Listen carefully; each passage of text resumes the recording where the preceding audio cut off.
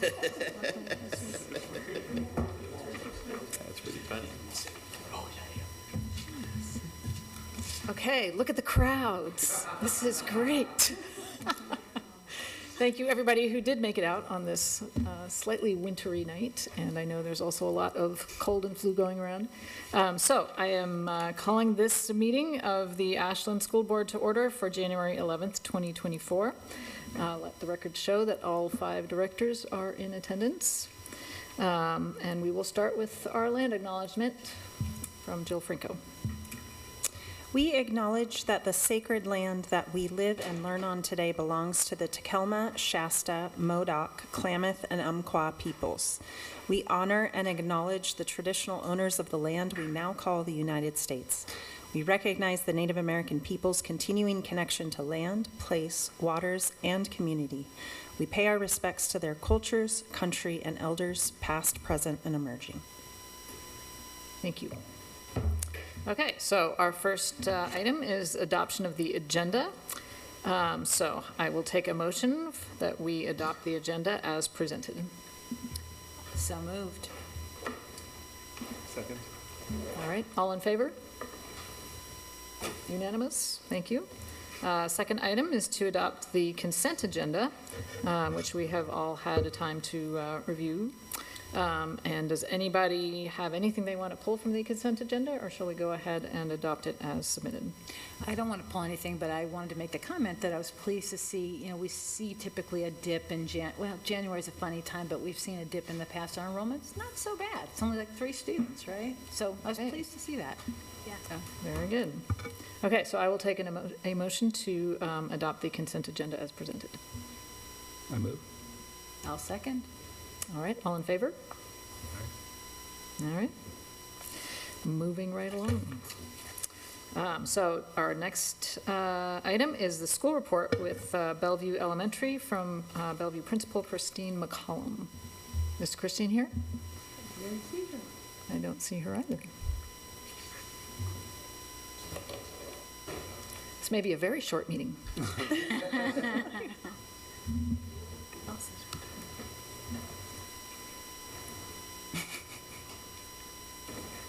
Okay. All right. I guess given that we do not have a principal here, we'll move on. And if she does come later, we should be able to accommodate Isn't that. she doing the early literacy grant also? Yes, she's doing the first 2 items. You're right. I hope she's okay. Well, it is still very early. We're only 3 minutes in, so hopefully she will. I will text her. Thank you. We're 3 minutes in, yeah. All right. So let's see. Do we have La Clinica available if we want to move things around? That was going to be via Zoom, right? Yes, and I think she was planning on closer to 7:30, so I don't see her on yet. Hey, maybe Scott could be Scott, at the I know. beginning this time. Yeah, we can have Scott, or we can go to our recurring reports. You guys are here. We're here. Looking very anxious and eager. All right. He was telling me he's not getting sound or. Oh. Well, that answers my question. What's it like to be on the Zoom call? Oh, great. Oh, yeah, they're all, oh, no. All right, well, shall we move to recurring reports? Anybody, Sure. anybody object to that? Okay, so we will start with our AHS student report, and we have Hank and Noah here tonight. Yeah, so we didn't have too much this calendar month because 2 weeks of it were winter break, but we do have winter sports currently in full swing, sorry. And we had some really good placing at our local wrestling tournament. It was the Hunter Hepner Memorial Tournament, and we had Will Downs, Keikoa, Phoenix, Jack Maben all placing on the podium, which is pretty great. And we also have the board waxing for the snowboard team at the Growler guys as a little fundraiser. On that was on the 16th.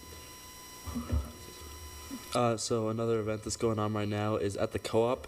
This month is Roundup, and all the proceeds go to the Ashland Culinary Program. And in addition, the parking lot the new parking lot that SOU is loaning out to us has been changed from a senior-only lot to a lot for everybody. And then finally, this coming week on the 17th, we have the talent show. Wow, Fun.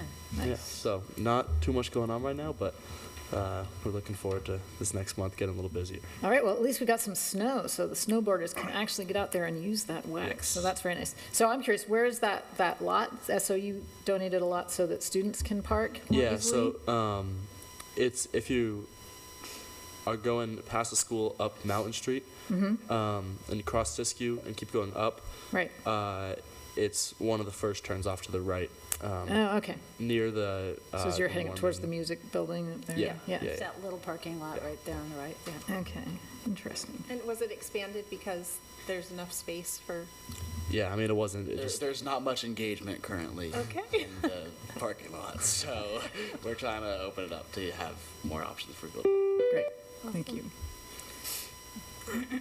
Okay, so next we have AEA report with Alan Porowski. Thanks. Happy School Board Appreciation Month.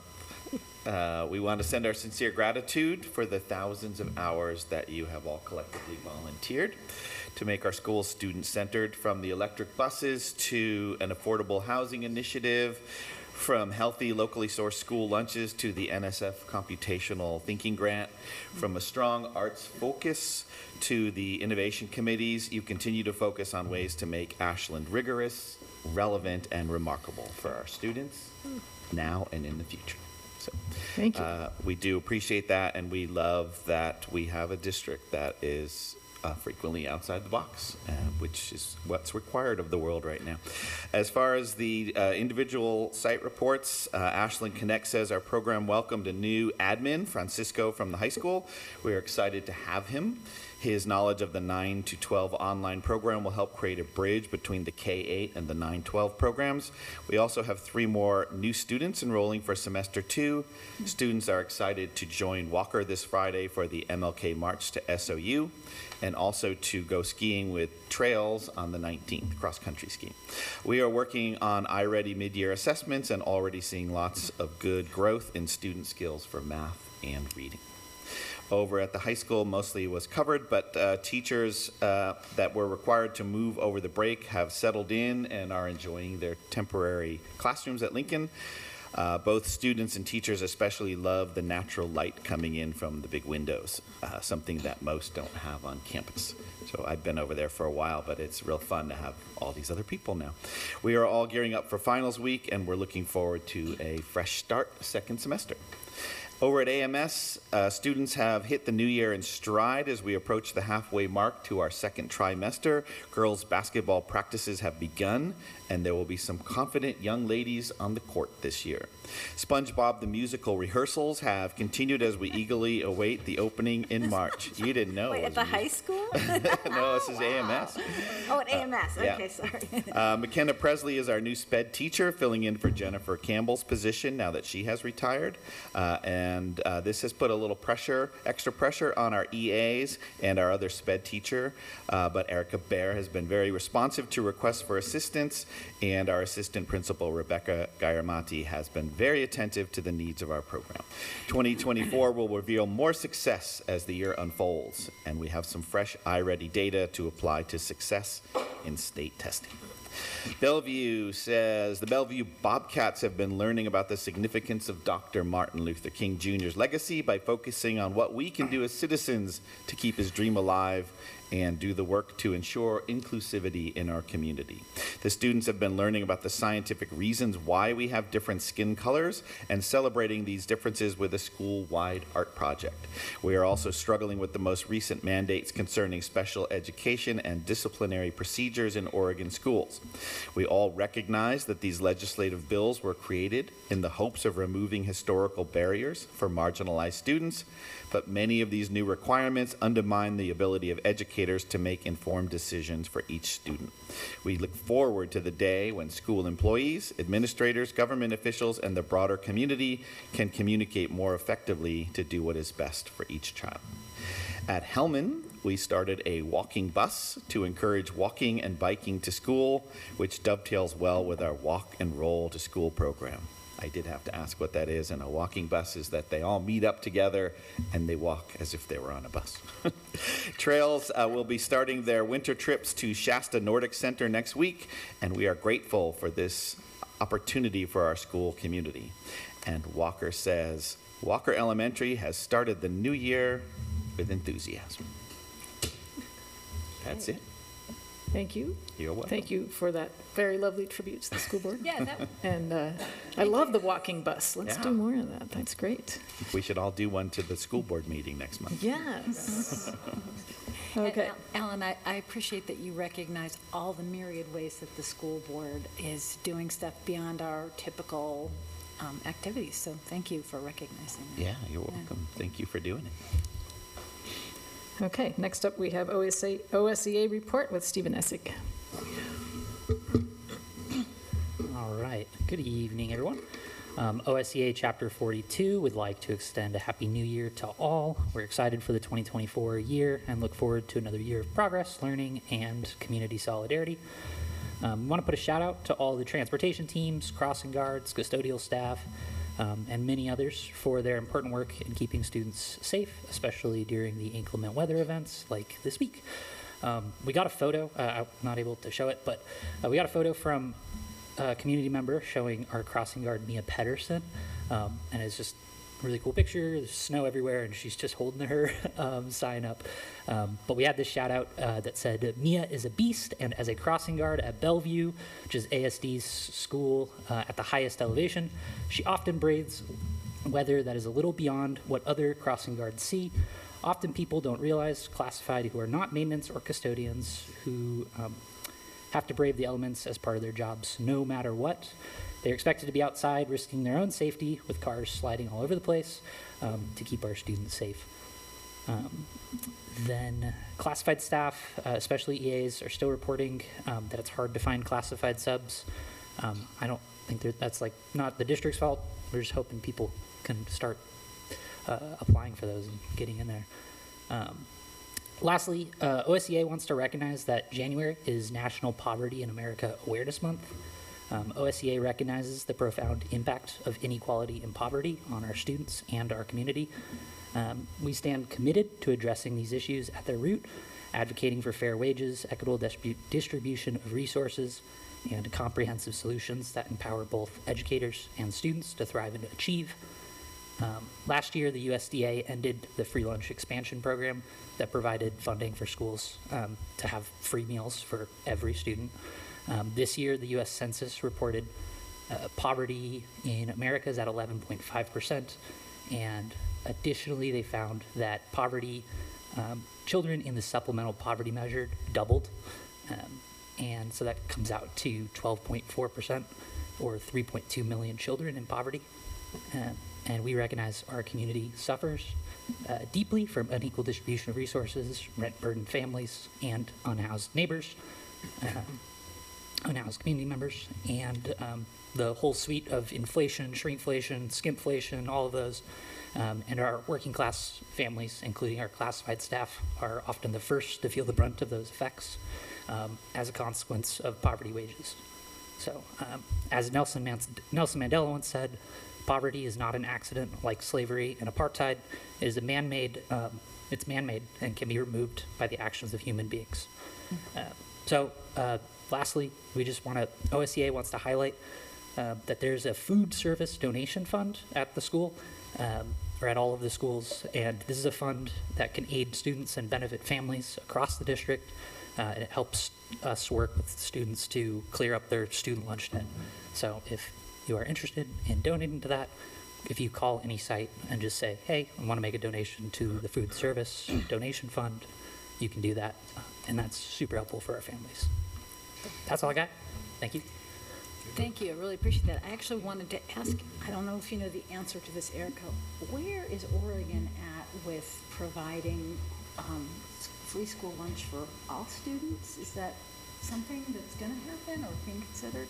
I think it's not going to happen anytime really soon. I know that they're doing a lot of work working with the federal government, which is a lot of where the funds come for the school lunch programs, trying to expand the grants and look at ways to expand. And I've heard recent rumblings that there's something that could be on the horizon, but I've not heard of anything that would be happening urgently for our families who need it now. Yeah. Thank you. Yeah, I just wanted to make a comment about that as well. I think the food service donation funds are really good to hear about. I didn't know that that was universal across all sites. And I think Samuel had mentioned that our district did not qualify for free and reduced lunch for the extended program through the federal government. So this year in particular, I would just urge people to donate to those funds. Yeah, and you should be able to call any site, but I know Ashland High School especially, because I was the one who helped set it up, it's ready. But you should be able to call any site and ask to make a donation to, I think it's called the Food Service Donation Fund through In Touch. So, yeah. Thank you.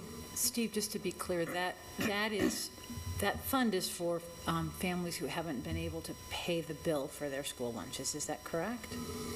Yeah, it goes into just a big pot for nutrition services. Okay. Typically at the end of the year, if there's students who have high debts, we help kind of figure out how we can distribute that. If students qualified like previously, but they didn't actually sign up, they don't get it cleared for that. So oftentimes we can use that fund to clear up previous years. So that, yeah. That's great. All right, thank you. Okay, so I see that Christine is here now. Do you want to, well, so we will double back to where we were at the beginning. I'm going to go back a page here. So first we're going to have the Bellevue report, correct? Correct. Sorry, I was late. I thought we were on Zoom. I was all set up and I was like, oh no. So I'm here to share with you today about our community assemblies. The last Friday of the month, we always have a community assembly at Bellevue. Every month we have a different skill that we focus on, and students get awards, and we sing together, and classes present, and students get certificates, and we kind of review what they've been learning in their social emotional lessons, and it's just kind of a nice time for us all to be together. We sort of meet in the round, and our music teacher leads us all in our music along with our choir, and it's just a really nice community time. These are the kind of different skill areas that we focus on each month. This month, kids are focusing on self-regulation, which this snow is helping us to practice a lot. Next month is empathy, and you're going to see a little student performance on growth mindset that happened last month at our December assembly. So we have 3 kind of core school rules called be safe, be respectful, and be responsible. So the B's are a little bit of a takeoff on that. And so Julie Claycomb works with our 5th grade students, and they volunteer to be B's at the beginning of the year, and she figures out how to equitably distribute that over the course of the school year, and the kids help her come up with skits to represent and introduce the next skill for the next month. And this is a picture of the B's at the December assembly. And this is the skit that they put together for growth mindset. It doesn't give me play option. Do you have play option on your version? Well, yes. Okay. It's very cute. They're doing an activity and they get frustrated and throw their things on the floor and make negative comments, and then the student narrator asks the audience if they were using a growth mindset, and everyone says no, and then they redo a replay, and they use their strategies, and they make comments that are related to that, and then the narrator asks a about, they use growth mindset, and they all say yes. So that's what they do. And if you look at it in the link, then you can look at it for yourself. They do a better job than So I we do. have an active link, hopefully, to that. No, you don't. We don't, because I couldn't play it at home. Okay. Can we, yeah, so anyway, at some point in the future, Yeah, if you can send that to us, that would be I can send it great. to you tonight if you like. Thank you. And so this won't work either, but this is the fifth graders at the end of every assembly lead the school in the Bellevue song, which was written by one of our second grade teachers a while back. And it's a bit of a rite of passage for our fifth graders to be able to stand up in the assembly and lead everybody in song. And in the video, it pans around so you can see everybody singing, and you can kind of see the third and fourth graders really getting into it, which they always do. And they look forward to being able to lead that at every assembly. So our assemblies, they're on the last Friday of the month. Our next one is next Friday at 8:30. If you'd like to join us, it's always a good time. So that's not quite as exciting as if you were able to see children, but that's our community assemblies. Thank you. Okay, and I believe if that's it for Bellevue, you're also next up with the early literacy grant. Okay. Thanks for not having your little ones, your little bees come here tonight, I think. Yeah. It's probably safer. Yeah, it's a little much for them tonight. We had an And thanks for alternative making the last plan minute try. that also didn't work, but that's okay. I'll send it to you later. So last week, I submitted our application for the early literacy grant with ODE. This is a template that ODE put out for this, so it's a little bit not maybe what I would have exactly done myself, but I don't want to miss anything. So it's just to share kind of what the grant is about, specifically what we're applying for, what strategies we're going to do, make sure the public has an opportunity to know what's going on, and to get board approval for that grant application. So it's been submitted, but I still need to submit the board notes to the state, and then it hasn't been reviewed yet, and so they'll be reviewing that in the next month and letting us know if any revisions need to be made. But this year's allocation was just over $166,000, and next year's allocation is $173,000 and change. The bulk of the funding is earmarked to be used for K-5 literacy adoption. We haven't had a literacy curriculum adoption since 2014 in Ashland, and that was our first one ever. So it's time. You know, there's been a lot of more current research done in the area of students to read since 2014, and the curriculum that is out now is a little better aligned to what we know now about the way that the brain learns how to read. So this year, the only funding of this that we have used was to pay our reading specialists, our elementary reading specialists, to complete the letters training. The letters training is actually a 2-year course that they've been working on over last year and this year as a group. And so there have been times that they've met together to discuss it, and then they've needed to do extra work on their own to do that. And we got funding for that through the ESD. If we were to pay for that training, it's pretty expensive, but the ESD paid for the actual training for us. We used some of the money from the grant to pay our teachers for their time. Intensive course that many of them used a lot of their personal time for, or their prep time to complete. So we were able to do that for them through these funds. And the rest of it, we plan to carry over to next year and combine with next year's funding to fund that adoption. Elementary literacy adoptions are quite expensive. There's a lot of books and materials and manipulatives and all of the things, and it will take all of this just for the K-5 adoption. So we wanted to make sure that that was available. There are restrictions on what the money can be used for.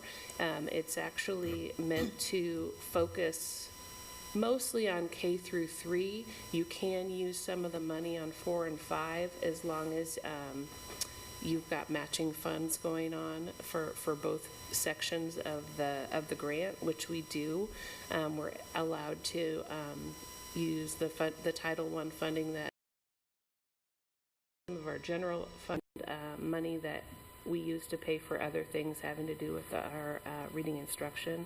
It's a 25% match for the grant, and we have that covered without any problem. Christine, can I ask you a question about that? Is that or is it just that like we're already spending that money, so it wasn't like an additional cost? Right. It was okay. Yeah. So that we will be partnering with the ESD on the training portion for this. So the grant can be used for curriculum adoption. It can be used for training. It can be used for hiring staff for reading instruction, as long as it is focused on the science of reading and it's focused on making sure that our K-5 learners are moving forward in the area of literacy.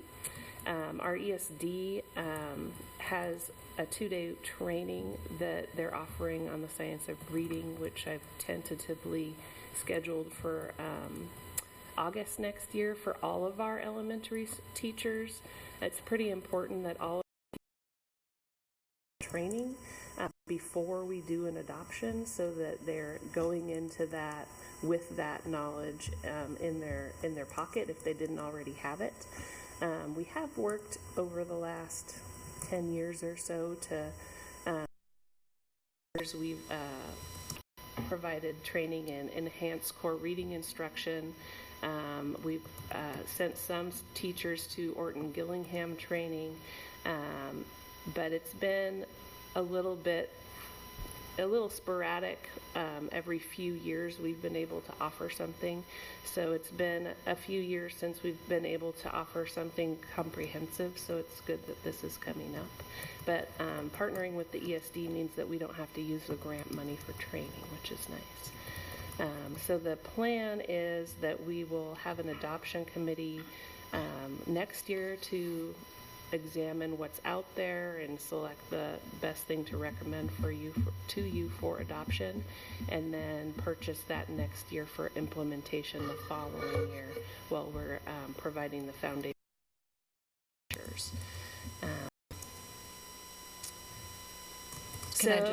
Can I just ask, so that training that you're talking about, is that all K-5 teachers across all sites? Yeah. Okay, great. Yeah. One of the expectations of the grant is that administrators be trained as well, so administrators will attend that training also. And then we have our instructional coach that can help us with implementation after the adoption, who will have also gone through these trainings with us. And then we'll use our regular model for PLCs and staff meeting to kind of keep the focus on our development in the area of the science of reading as we're going through this process of learning and adoption over the next couple of years.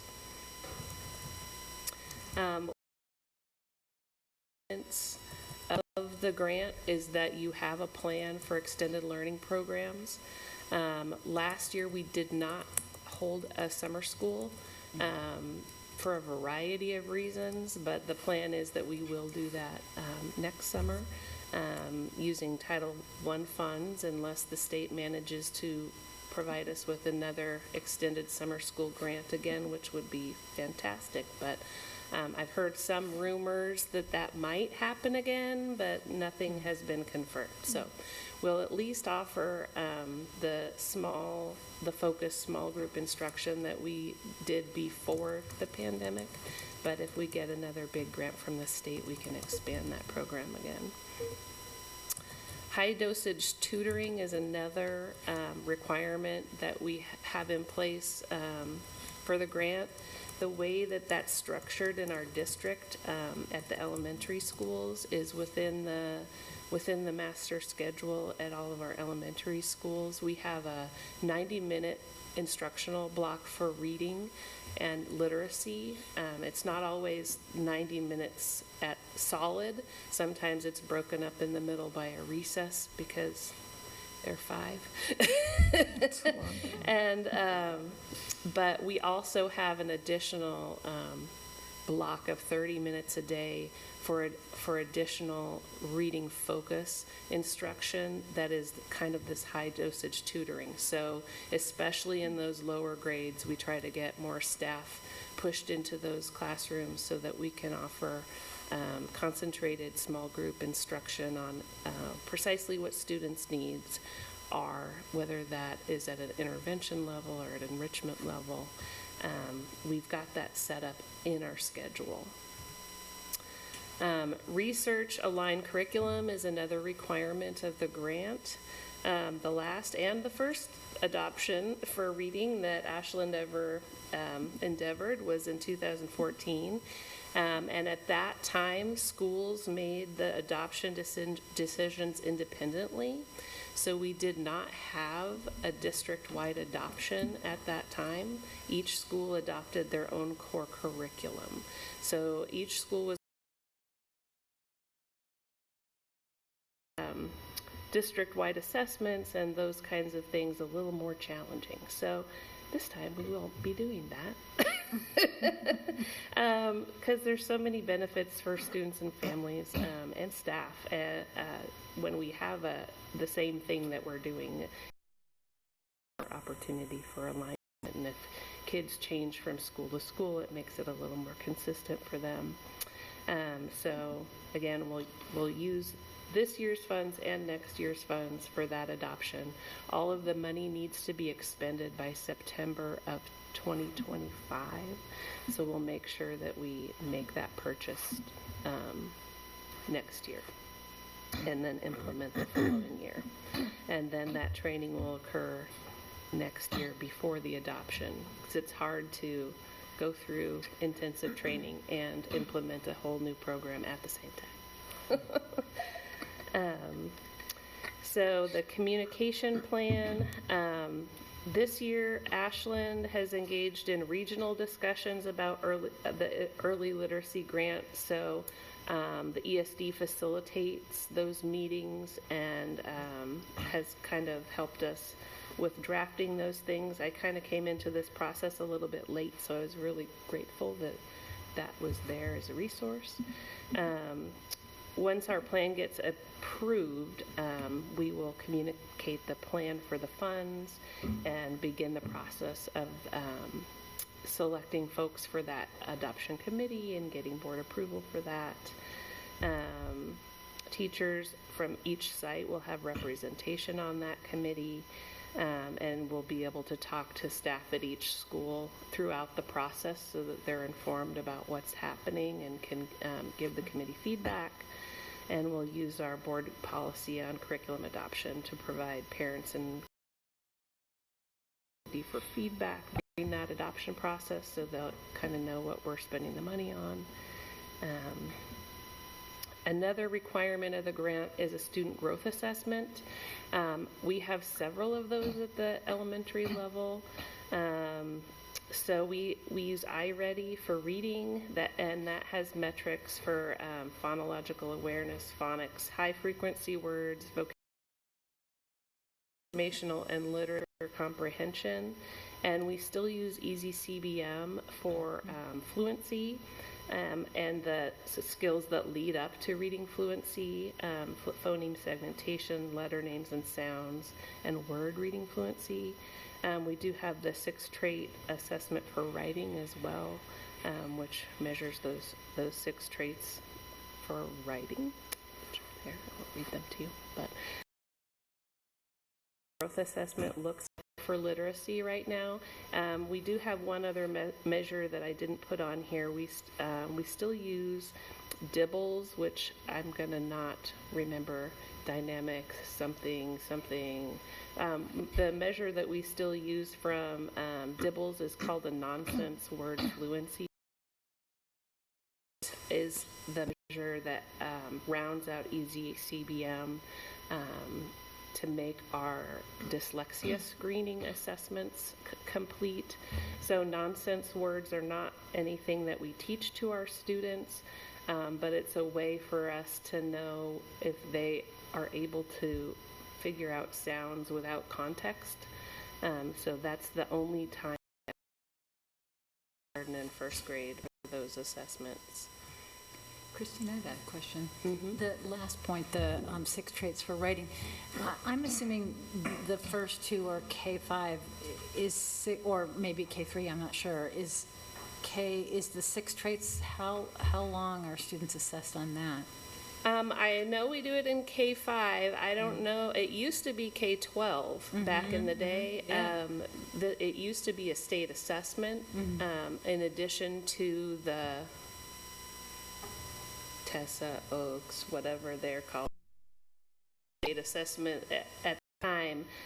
The writing assessment has kind of come and gone over the years, and we've just held on to it as a district as a way to measure our students' writing progress.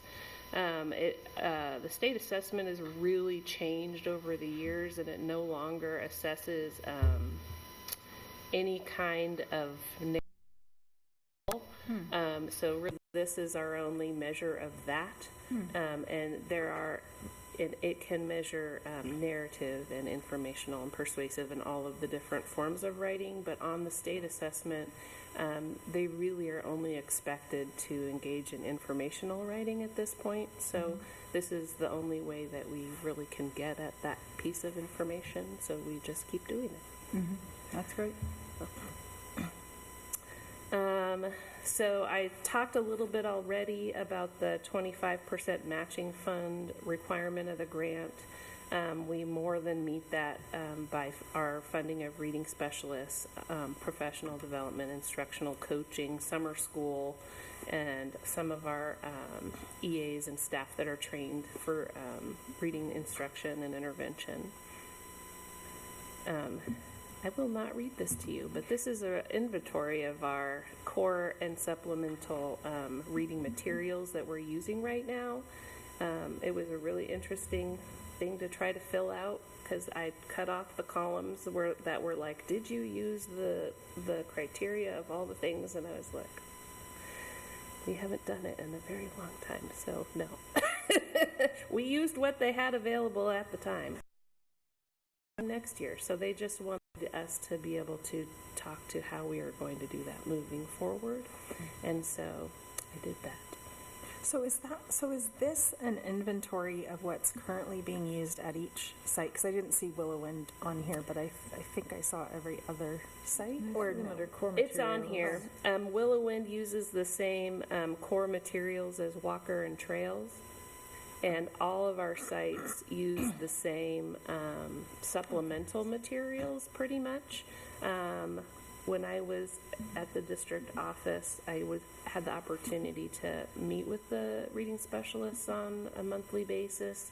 And one of the things that we did was inventoried all of our intervention materials across sites to make sure that each site had equitable materials available for intervention instruction with students, and that like Bellevue didn't have 17 curriculums and Willow Wind have none.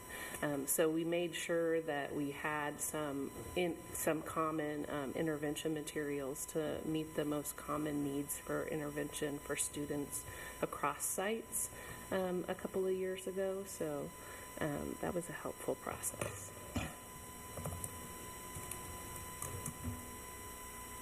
That's it. that was our grant application. And so I'll wait to hear back from them about if they want us to adjust anything. And after this meeting, I can send them the board notes because they want those. And then I'll if we're approved or if we needed to adjust and resubmit. I'm hoping we don't have to do that, but it's possible. Excellent, thank you. All right, thank you.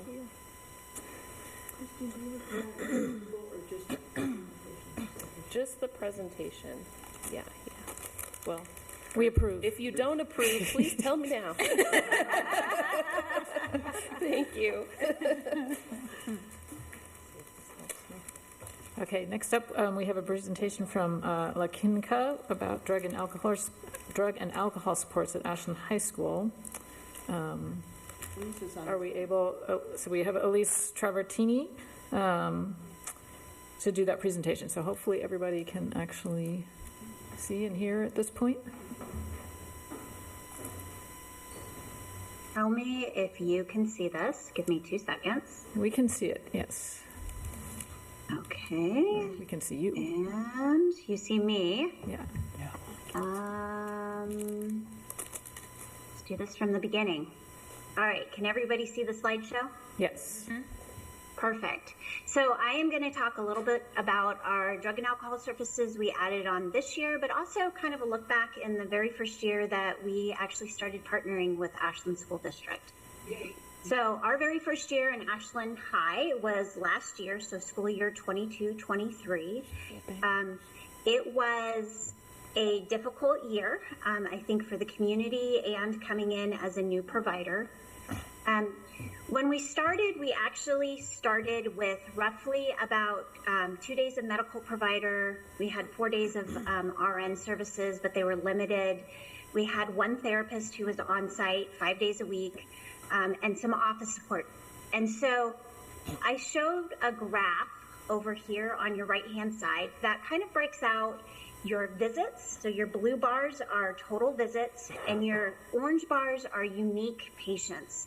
And so roughly in the school year 22-23, we saw a little under 1,100 visits, with a total of about 373 patients. In there also were staff, because we helped provide vaccines for staff during a wellness day that was being done. So roughly out of those a little under 1,100 visits, 195 were actually with staff. So what did we discover? We discovered your school needed more resource. It's not any surprise to me. Most high schools actually have high utilization of school-based health centers. So our therapist had way more referrals than actually what he could manage. And we realized we needed more than one therapist to staff the school. As well as there was a request to have summer services. Our summer services weren't actually that busy. We did see some youth during it, but I wasn't too surprised, because with any new school-based health center or even new provider, when you change services or you add a service, it usually takes about a couple years, 2 to 3 years, for community schools to get used to and know that service is there, that it's consistent and reliable. The other thing that we recognized is in talking to the school district, substance use has been an increasing issue in our youth across the valley. So Ashland, Central Point, Medford, Phoenix Talent, all the school districts that we currently serve right now saw the same trend that Ashland School District did. And that what's currently happening for our youth hasn't been very successful. There has to be a different way of providing services to our youth to engage them in a different way. The other piece that we also recognize too is that our medical services, we had them last year, roughly about 4 days a week, that we really did need to be open 5 days a week. Teens and adolescents are pretty good at accessing care for themselves. And so we always want to make it as easy and accessible as possible. So what did we change? What did we change for this year? So this year we actually, during the summer, we hired on a second therapist. That did not work out, but we did shift a different therapist from a different site who is covering 3 days, along with our 5-day-a-week therapist who is already on there. So we added about 3/4 of another therapist on there. We have summer services running through. And then we added a medical assistant to support our medical provider so we could shift our nurse to the other days that our medical provider wasn't there. But the piece that you actually want to hear about is we added a certified alcohol and drug counselor. And so that person, just to be kind of clear, we can't do drug and alcohol treatment. It's not kind of in our FQHC swim lane. But what we can do is we can do screening and we can do brief intervention.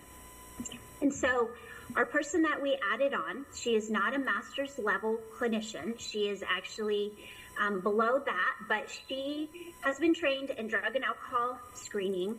And what she does is she provides screening, brief intervention, and prevention. And then if kids and youth need something higher, she can help be that conduit to treatment services, to, for example, to Copia or to Phoenix Health Center, Phoenix Counseling Center. Can I ask a question? Yeah. So you really did identify, certainly, I think what's been on a lot of people's minds for a long time is substance use at Ashland High School and the challenges that we've had in staffing somebody or multiple people who can really address what's happening. So I wanted to ask a little bit more about that. Do you have metrics that, kind of demonstrate, or it'd be nice to see metrics that demonstrate, like, how referrals work, how many students are referred, and really just efficacy, frankly, in this approach? Yeah, so this is pretty brand new. What we have accomplished so far with Phoenix High, our person helped provide that parent night and education. I think Rogue Valley Mentoring was part of it. I want to say Ashland Police Department was part of it. We were part of it. Copia was part of it. The other piece is that our staff member meets with the school staff. They have kind of a focus team, and I'm blanking on the name of there's an acronym for the team.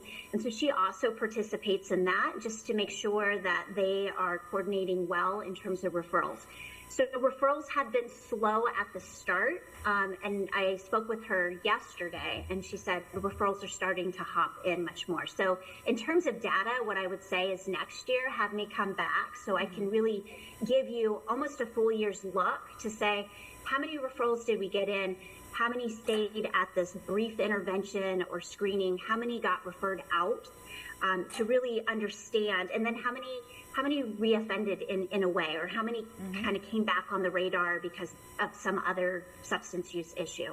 And so right now we don't have data because this is something pretty brand spanking new, both for our organization to offer in our schools, but also it's pretty new at Ashland High. Great. I'm excited about the potential here. Yeah. So just to kind of give you an idea, so what we do is we do a comprehensive screening around substance use, behavioral health, and social determinants of health. So when a youth gets referred over into our services for this, we're not just looking at substance use. We are screening for anxiety. We're screening for depression. We do the Columbia suicide screening because what we know is most youth who are using some sort of substance, that's not usually the only thing that's kind of up for them. The social determinants of health needs, that's things like, do you get enough food, housing, like all of those pieces. We have a community resource specialist who can actually help support youth and families that need some of that extra work, some of that extra help. Do they need help with bill pays or transportation? And so the screening is fairly comprehensive. It does look at substance use. We use the CRAFT currently, and it's a screening tool. After that, then that person will then kind of look at where they kind of sit in their substance use. Is it appropriate for us to really intervene, or is this kind of a straight referral over to Copia or Phoenix Counseling?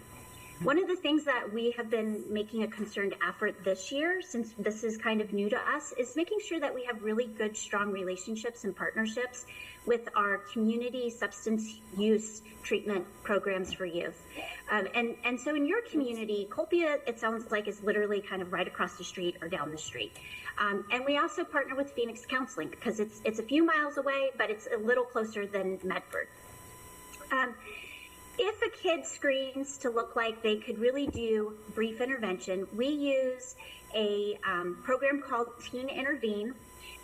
It is evidence-based. It's something that is widely used across across the country. And I'll show you kind of a little brief, this is what the curriculum could look like. Or we refer to a substance use treatment facility.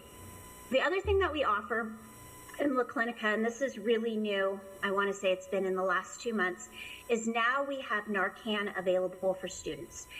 So the way that works is that if a student is wanting Narcan, they come in and they have a medical appointment. It could be with our provider, it could be with our nurse. And they do some education. They show them the Max Mission, short little video of how to use the Narcan, and really kind of answer any questions that youth have. If they haven't had like a craft, which is the screening for substance use, they'll do that as well, and any other kind of screenings. So it's not one of those we're gonna hand it straight over to you. There is education and making sure that the youth know how to use it. Any questions on that? Yeah, so I have a lot of questions. I'll just hold them till the end. So this next slide is giving you an idea of what the Teen Intervene process is. So you start with a screening. If it's more severe than really kind of this brief intervention, we're going to refer out. And then they have roughly about 3 sessions that kind of go over different things. So I'm not going to read through this because I don't like to be a slide reader, but I will make sure I did give Jackie the slideshow, and if anybody who wants it can absolutely take it. If you have questions for me, you can reach out to me with any questions around any part of what I presented, or if you have other questions, that's good too. But this gives you an idea of what the curriculum is, and like I said, it's brief intervention. So this isn't a long-term thing. This is roughly about 4 sessions that includes the screening in one of them. And I made this short and brief because I'm sure there's a lot of questions. What are questions? Are you familiar with the Lund report that came out recently that was in conjunction with the University of Oregon? It's just kind of points out, not only is Oregon ranked 3rd for substance use for teenagers, but also that a majority of our public schools in the state of Oregon are not using evidence-based programs for prevention. I'm just curious, is the responsibility of the Ashland School District prevention side, is that being put on the shoulders of La Clinica, or is teen intervention, which seems to happen after acknowledgement of substance use is already pointed out, is that really when La Clinica kind of jumps in? Yeah, I have heard of the report. I also know that in terms of behavioral health, Oregon is dead last in the whole United States for our youth, which is really disheartening too. In terms of what the schools are doing, I think this wave, I think we're so focused on COVID and the fires and just all of the things that are happening. This feels like the next wave that just kind of hit, and across the valley, I don't know how prepared school districts actually are. And that's not a knock against any school district. It just feels kind of like the reality. In terms of the prevention, I think it's a partnership that we could partner in. We definitely are the referral afterwards, but I think there's always places for La Clinica, or really any program that is on schools, to partner in a real way that could be meaningful in the prevention side. You also have Colpia, who it sounds like they are a partner with the school district as well. who, when I spoke to their program director, Cynthia Levesque, it sounds like they also have some programming that they could help support. So I think it's just, we're all in the boat. It's just figuring out which way to row that's going to make the best sense. So I guess my next question would be for you, Erica, because it was pretty disheartening. I mean, it's not just us. This is pretty universal across the state, but it allows you to actually look at Ashland School District, right? So you can see that our high school, we're clearly not doing enough, so I guess what prevention programs that are science-based are we looking into to implement at the high school in particular for prevention? Yeah, so we have a group that has kind of just gotten off the ground with our health folks and our SEL experts in the district who are kind of coming together to look at how can we sequence out from 6th through 12th grade a really clear prevention strategy using evidence-based practices and rich curriculum to make sure that we're articulating all the way through. I think one of the barriers that we've had is that we've really relied solely on our health classes and our health teachers around prevention. And health doesn't happen every year. And also, there's not necessarily continuity between the levels. And so that's really what we're trying to overcome. And it's a real opportunity with new standards coming out for both SEL and PE health, and everything having to do with what impacts drug and alcohol use. So we're really using this as an opportunity to align, map out our standards, backwards design, make sure that students are getting a comprehensive prevention program in time to be preventative. Junior year is too late for most of this work. So it's just getting underway, and it's a big lift, but we've got the frame together. We've kind of identified the coursework where it's going to take place. We've identified what credits it's going to live in, and now we're starting to work with the experts, the educators, to put together that scope and sequence that's going to carry us through. And I just want to add, after years of being on the Drug and Alcohol Reduction Prevention Committee, that Ashland as a community has to take responsibility for the substance use of our children.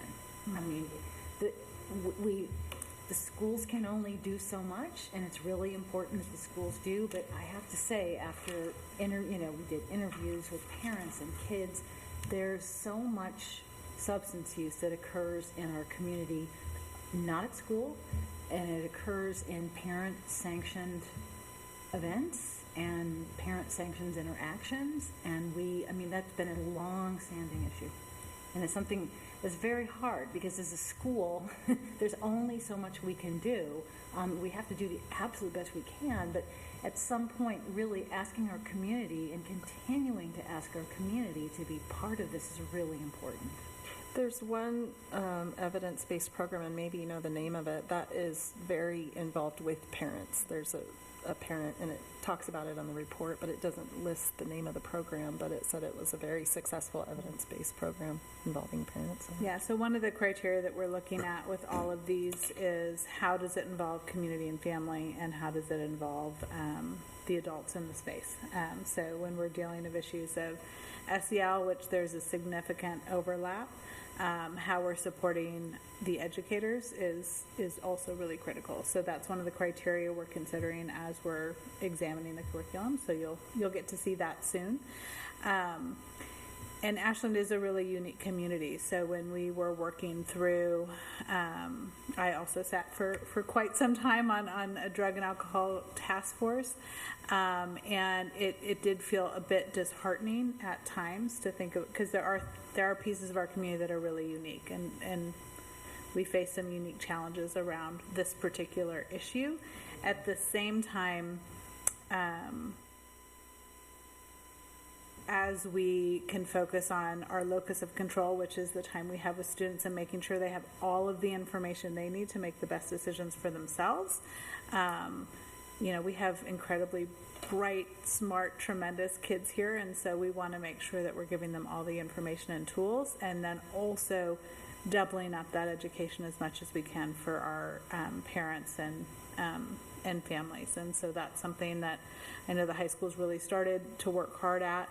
That's expanding to the middle and elementary, and the work is critical and ongoing. But has to be a comprehensive community-wide effort, and so I really see the schools as being kind of a hub to share that information and make sure that we're getting the information out, but it's not something we can do alone. Yeah. Okay. I would love to hear more, an upcoming meeting more about the health curriculum and how that all fits in. I mean, that is so important. And, we heard from Christine about even just as far as our literacy curriculum. I mean, it's so hard to get something that's comprehensive. So it's really nice to hear that there hopefully will be something. I know just from experience, this is not blame, this is just fact, but I have 4 kids who have gone through health now, and what they get is so dependent on who the teacher is, and it's not very consistent, so there are definitely a lot of holes there, and it's so important. I don't know if we want to ask their input on any of this. I just was worried you were changing. Okay, no. I'm getting back. I just was like, I'd love to hear more about that. Yeah, of course. I do have a question. When you talk about the kids who are going through this assessment, are these all self-referrals, or are we able to, refer a student in who is seen as being at risk, by peers or teachers, or where are they coming from? So both. So it can come from staff, it can come from parents. We've seen referrals from parents, staff, and self. We had a kid self-refer as well. Okay, thank you. And that's really for any of our services. I mean, high school kids are pretty good in accessing, but if there are folks who are worried or want to get their kid in for behavioral health or medical or anything like that, all you have to do is reach out to the clinic, and they can reach out to the student. Okay, thank you.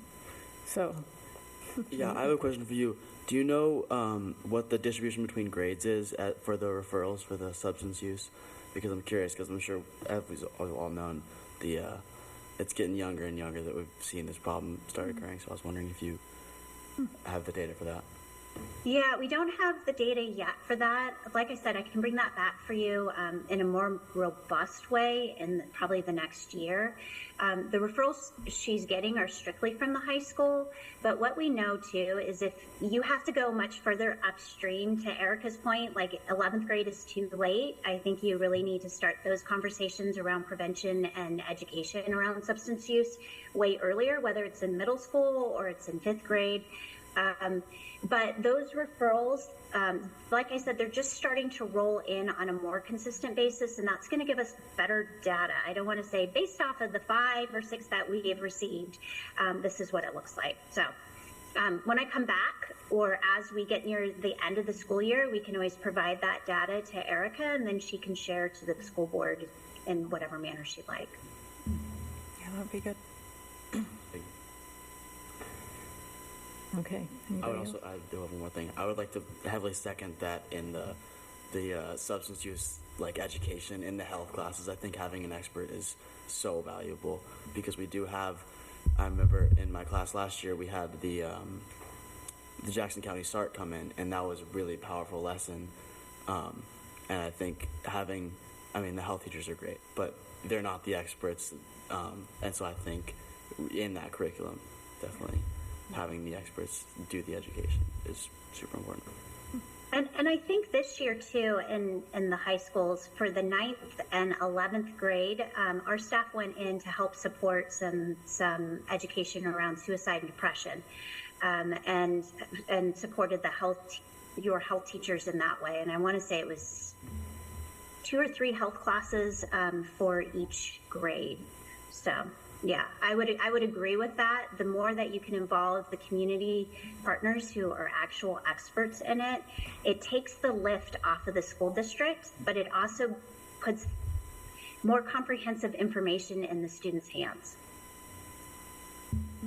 Well, I want to appreciate, excuse me, that's loud, what La Clinica does, and to your point, it's a bigger issue than the school district, but I really appreciate community partners like La Clinica, because you have a broader reach than just the school district, and so yeah, that's great. Thank you. All right, thank you very much. That was very informative and important. Okay, so I think, I'm just curious, I don't see a student rep report on my agenda. Did you guys, as board reps, did you have anything you wanted to present? You don't have to, I don't want you to get missed if you had something. Yeah, I mean, Willa can go first. Yeah, so sorry I'm on Zoom today. I have to look after my little brother, but I'm here. So about a week ago, we had an SRO meeting to talk about our next steps in creating this program that will hopefully be in place next year. And then in that meeting, we really honed in on the fact that we need to get the word out to students, whether it's through TCB or going to affinity groups, to really suggest that the SRO's purpose is really going to be to keep our campus safe and not just enforce discipline. Because through talking with other students, we realized that the main barriers from getting them on board with this program is that they don't fully understand the SRO's role on campus. So yeah, getting the word out is definitely going to be an important step to go forward. So yeah. So Dean Weston at the high school is the teacher or faculty leader of the Asian Student Union, and prior to this meeting, she had already brought up the fact that the SRO, was something that we're considering for next year. And what I thought was interesting is basically what she heard from her students is that many of them, once it had been explained to them a little bit, were okay with the idea, but their thoughts were, but are the other people, are the other kids okay with it? We're fine with it, but how does everybody else feel about it? And so we haven't brought it to our first step. We decided will be to go to the affinity groups and the student unions. We think that that's the most important places to bring attention to. And there was officers at the meeting and Detective Stewart and the chief of police, and they all agreed with us on that. And so we're planning on going to them twice, to the student unions and affinity groups. We're gonna go the first time just to let them know this is happening and give them some information about it. And so then after they have time to think about it and talk about it, then the next time officers will go, and the officers will be the ones to give their own information about what it would be like. I know for myself, after hearing Detective Von Stewart talk about his experience as a SRO, that was the most informative thing that I'd received yet, and it convinced me the most that this does seem like a great opportunity for the students, and for me, that excited me. And so I think that having the officers be the ones to go talk to them will be very helpful.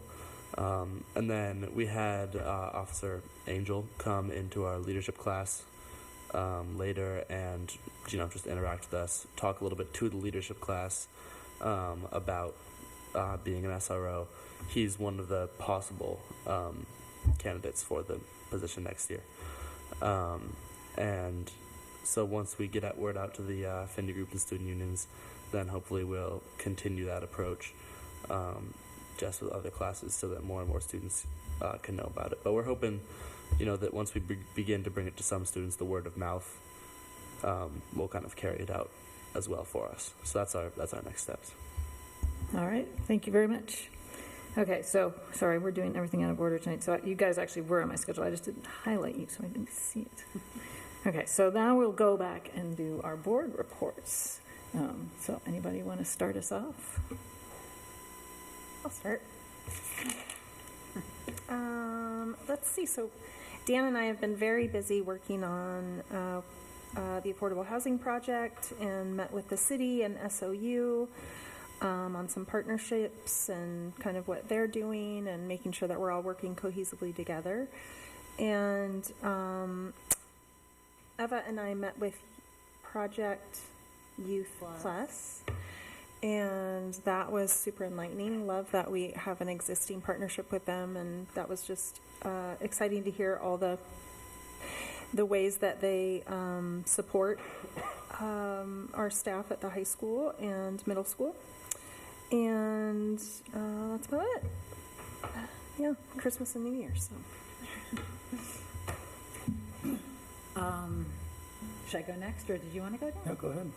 I mean, one thing certainly that the board has been doing is engaging the superintendent search. And so we are moving forward with our semifinalists, and we will be doing interviews in a couple of weeks. So it's pretty exciting to be moving along pretty actively in that process. So we're separating out what we're doing on our innovation committees until we're doing two throughs here, because I noticed they were separate. Should I go ahead and talk about the innovation committee? Well, I think Just Russell Russell's specifically doing had a. Yeah. Talk about Got yours, it. yes. Okay, yay, because I wasn't prepared. But let me just give the update on our committee is just super quick. We are, we spent the first part of this year really looking at different alternatives, and now we're going to try to winnow down a bit and reimagining high school and looking at all sorts of options that have been presented. And we've done reading on ourselves and research, and we're going to start to hone in. We're kind of that point, Russell, that you and I have talked about. It's like, and Erica too, it's like, okay, next big step. What is that going to be? So it's going really well. All right. Dan, Cool. Yeah, like Jill said, we've been working on the Innovation Committee on Enrollment, the Subcommittee on Housing with the city and partners. Got to attend an awesome talk with Representative Marsh, a Big Ideas talk from AAUW that was great. Working on superintendent search. I did go to the snowboard waxing party. That was fun. And I've been doing some community listening, and one of the things I wanted to point out is that I encourage folks to, when people want to talk about stuff, to talk to their administrators, but also if they want to talk to the board, send us an email, because we do read them all. And we respond as a unified voice, but public comment is limited to a couple minutes. Emails can be very long, but we do read and respond to those. So, and very seriously, we take them all in. So please, if you have something to say to us, please email us. That's important. We want your input on stuff. Thank like you for bringing things that up, Dan. like superintendent search. We want input on the process continually. So in any time, we don't have to solicit it. You can just email us anytime. So I think that's all I've got. Oh, I did want to point out, Stephen, I noticed your pun when you talked about classified staff that do their job in the elements, and you said no matter what. I don't know if anybody else did. I missed that. Okay, so, and I assume you want to save yours and do it all together, right? Okay, so I'll go ahead. I will first thank our superintendent for giving us a snow day today, because that allowed me to go up to Mount Ashland for opening day with my son Jack, which was fabulous. I just wanted to, oh, there he is. Thank you, Samuel. That was much appreciated. So I just want to give a brief update to people about the superintendent search. As Eva mentioned, we got our pool of applicants, which was unbelievably fabulous, fantastic, phenomenal. We're very excited about the quality of the applicants that we received. So we've gone through the first process, the first interview process. The second step will be on the 20th, where the board will be interviewing the next level of candidates, and then there will be a final interview with our community panel on the 23rd of an even smaller pool, and then finally the top candidates will come for in-person interviews at the beginning of February, and shortly after that we should have a very exciting announcement for all of you. So again, very difficult shoes to fill, and I thank you, Samuel, for everything you've done for our district, but we are also very excited to be moving along with this process. And I know it is School Board Appreciation Week, right?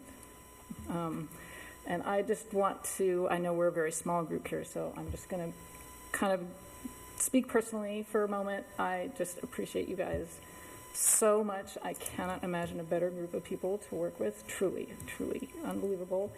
As most of you know, I have been dealing with some very difficult times. My son has been going through cancer treatment for about the last 9 months. And in the next week, I will be heading up to Portland for a month. He's having a bone marrow transplant, so I'm going to be really away and separated from everybody for a while. So I thank you all for everything you have already done as far as supporting me when my mind has been elsewhere, and I have perhaps been, not the most patient or, with it at the moment. And I also want to thank you for what you will be putting up with from me for the next month or so as well. So thank you for stepping up. And that's really all I have to say. So everybody, think good thoughts. Thank you. Okay, next on our schedule, we have public comments. I have Isaiah Creel, who is... Russell. Oh, Russell. Oh, my gosh, I forgot you. Okay, My brain. so an update on the Calendaring Innovation Committee. I'm going to start with an overview if anybody doesn't know. So I stepped into this committee after it was already formed by former board member Sabrina and Erica. So the committee is tasked with researching scheduling options for our district.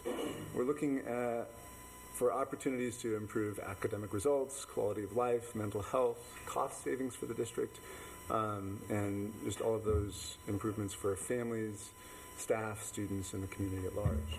And to be clear, because there has been some concern, our task is only research. The committee has no decision-making authority. Everything that we learn will be presented to the board and admin to act on later if they so choose. The committee has been very well designed, in my opinion, by Erica and Sabrina. Each of the subcommittees responsible for researching an option is filled with members that are critical of that option to avoid potential confirmation bias. So, for example, if I was really excited about the idea of a 4-day school week, I would like to work on a balanced calendar status quo subcommittee so that I would be less likely to subconsciously cherry pick positive research. I've been routinely impressed by the depth of consideration and discussion that happens at our meetings. It's really reaffirming feeling for me to see so many bright, capable minds in the district focused on building the best future we can for our kids. They really are incredible people that I get to sit in that room with. We've been surprised a few times already in the committee, and one sure outcome is a deep understanding of the options available to our district for the board and administration to base their decisions on. The options we're studying can be categorized roughly as a status quo with some minor modifications, so kind of continuing as is, but trying to fine-tune it, perhaps. A balanced calendar, also known sometimes as a year-round calendar, which is an inaccurate term, but the idea there would be to distribute breaks more evenly across the year, while likely folding things like conference days and staff training and so on into some of those breaks. And then another option that some school districts use is a 4-day school week. Those research has already shown that that option has quite a bit of variety in how it's implemented, and some surprising results. Some of the assumptions you'll make about each of these different categories don't pan out in the research. One of the committee's first major actions this year was a survey of staff and students and caregivers and the community as a whole. We're seeking feedback on the options that I just mentioned, and we're really pleased to see a robust response. Interesting, there was a status quo, the option with the least disruption has a preference. It's not profound. One thing that we were looking at is if there was a really clear, like the community has zero interest in one of these options, and there's no reason to pursue it. But all of them have some potential within the community.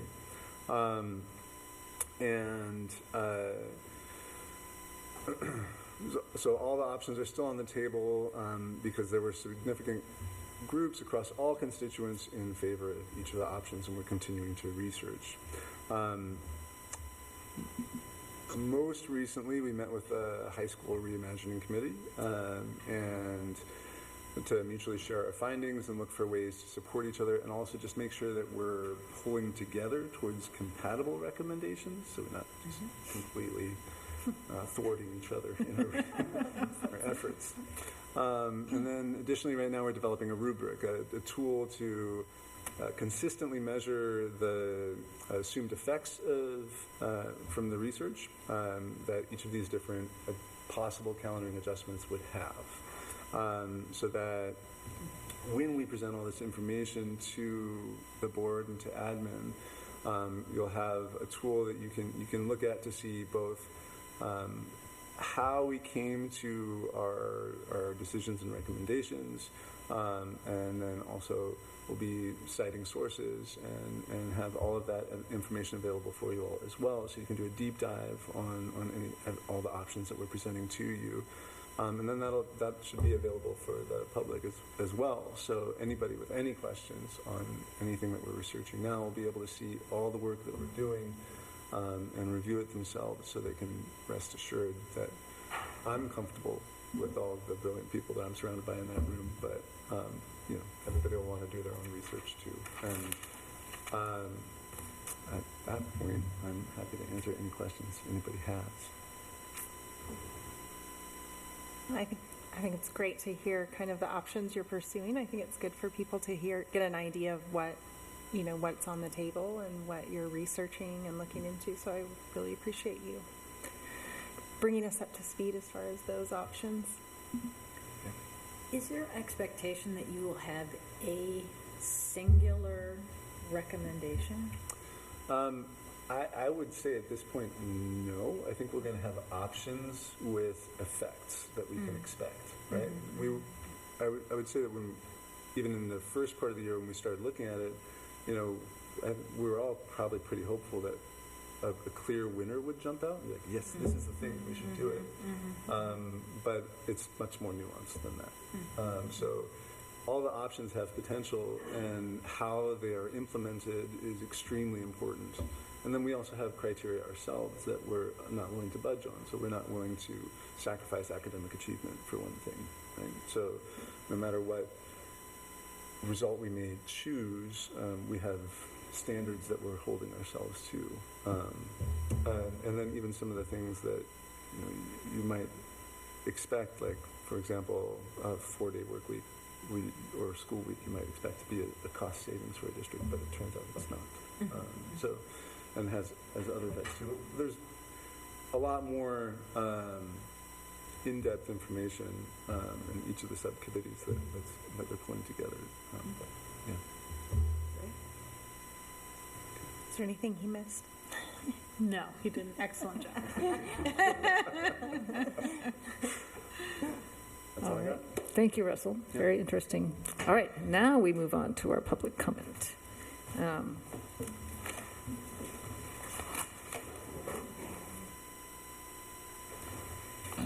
I got 2 minutes. This is very apropos to what we were talking about today, so Yeah. thank you Sorry. for speaking up.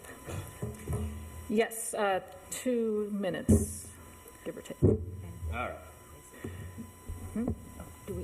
Yeah, so just state your name, and we know you're from Ashland, you're a teacher at the high school, so that's Okay. Yeah, my name is Isaiah Creel, and I wear 3 hats here actually in the community. I'm a teacher at AHS, I'm a parent with kids at Walker, AMS, and over at the high school, and I'm a combat veteran of Operation Enduring Freedom in Afghanistan. Wow. And I'm here as a parent and a veteran.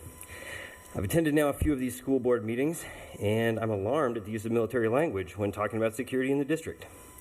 I never thought when I left the military that I would encounter civilians talking about threat assessments like they know what they're talking about. Both parents talking about fortifying our schools and district staff spending resources on security consultations exemplifies the insidious reach of my previous occupation.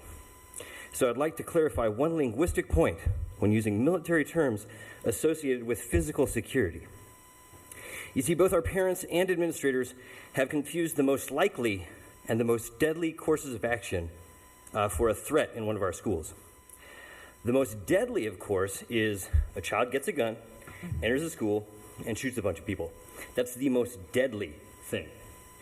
But the most likely is a child gets a gun or pills or a belt and kills himself. That's the most likely threat, and it's likely to happen to a high schooler.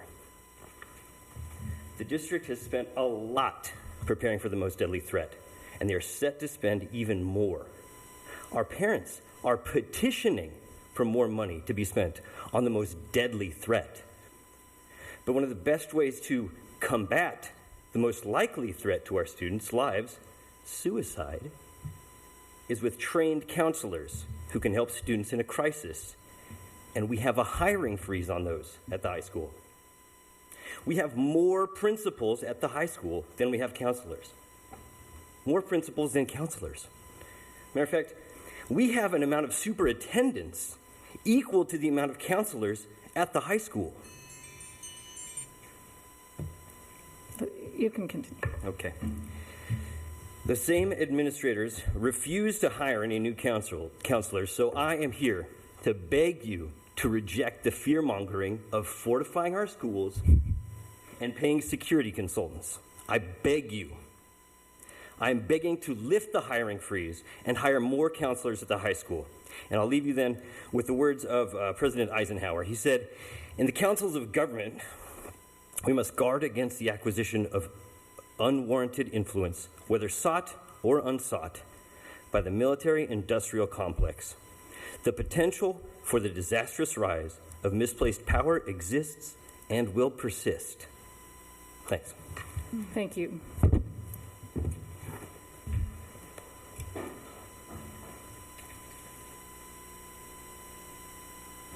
Okay, now we are moving on to district staff updates, and first is our superintendent report, but will you be doing that, or will Samuel? He has asked me to step in because Okay. the first part is better done in person. So Very good. he is there to jump in as needed for certain, but he's feeling a little bit sniffly tonight. So the first and most important thing tonight is that it is Board Appreciation Month, and so he prepared a couple of words that I will share. It's a whole month, yes. Wow. It is a month. It's a week that we really celebrate, but it is a month of celebration. So he really wanted me to share that our board members are champions of education, equity, and access. Ashland School Board members are truly the unsung heroes behind the scenes, tirelessly advocating for quality education and ensuring that our schools provide the best learning environment for every single student.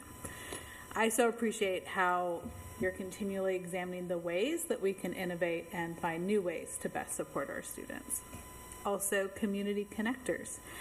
You all are like the glue that holds our community together.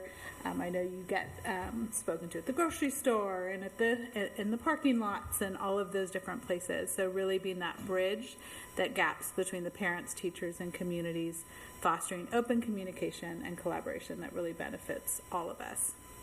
And then budget wizards. So allowing us to stay on track fiscally and holding us accountable to high fiscal standards, making sure that we're always answering the question, is this what's best for kids as we're examining our financial choices? And curriculum guiders. School board members play a vital role in shaping the curriculum in our schools. They're the ones who help decide what our students learn, ensuring that it aligns with the best and latest educational standards that will prepare students for the brightest of futures. And policy pioneers. From attendance policies to graduation requirements, school board members are architects of the rules that govern school boards, govern our schools. The flexible and critical thinking on policy has been critical for this board in particular. Things like adding student members, making necessary adjustments through COVID that required a lot of nimble, and board policies don't tend to be nimble, and yet you all managed to pull that off. You all create the policies that keep everything running smoothly and providing a foundation for our student success. Advocates for equity. Our school board members are passionate about creating a level playing field for all students. They champion equity and diversity, working to eliminate barriers and provide every child with an equal opportunity to succeed. This is clearly demonstrated in the district's equity policy that was really a pioneer that you all worked so hard to craft in the last few years, and the careful questions that you pose to us as we examine data and look at the policies and make sure that we're reducing barriers and really identifying where those gaps exist. and cheerleaders for success. So when our students achieve greatness, which they often do, you can bet you all are cheering the loudest, and take such pride in the accomplishment of our schools and students, always celebrating the victories, both big and small. And so, it is with great pleasure that I get to read the actual proclamation. It's very exciting. Okay. Wow. Proclamation from the Office of the Superintendent. Whereas school boards create a vision for what students should know and be able to do. Whereas school boards establish clear standards for student performance. Whereas school boards ensure that student assessments are tied to established standards.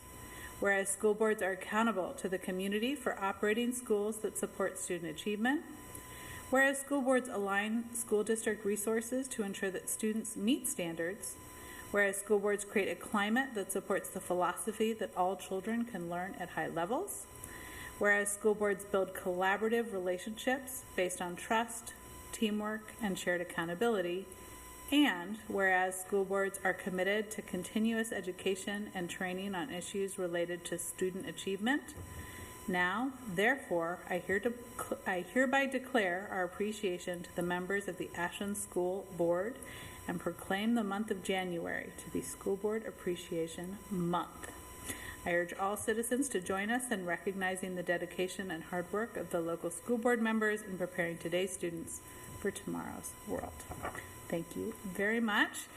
And we would actually love to get a picture. So if y'all wouldn't mind kind of taking your certificates. Wait, they don't have them yet. Oh, yeah, no, they're right there. Yeah, here. Oh, you gave them out. I did. I have to flash them so everybody can see them. I got one now. I can't remember. Yeah, you did, but I was like, oh, that's not my cookie. I can't eat it. Are we standing Get up or my- just sitting? Oh, sorry. Sitting? Should we squeeze, we should squeeze in? Yeah. My coffee. Okay. Is that my coffee? School Board Appreciation Month. So much gratitude. Thank you. Thank you. Awesome.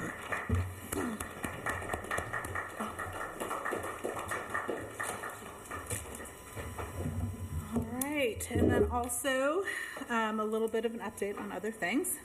So January and the new year is certainly off to an exciting start. We've really been distracted by snow the last couple of days, so the weather's taken a front seat.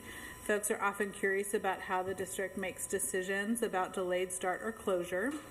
So we really work closely with the Medford office of our National Weather Service when evaluating our roads.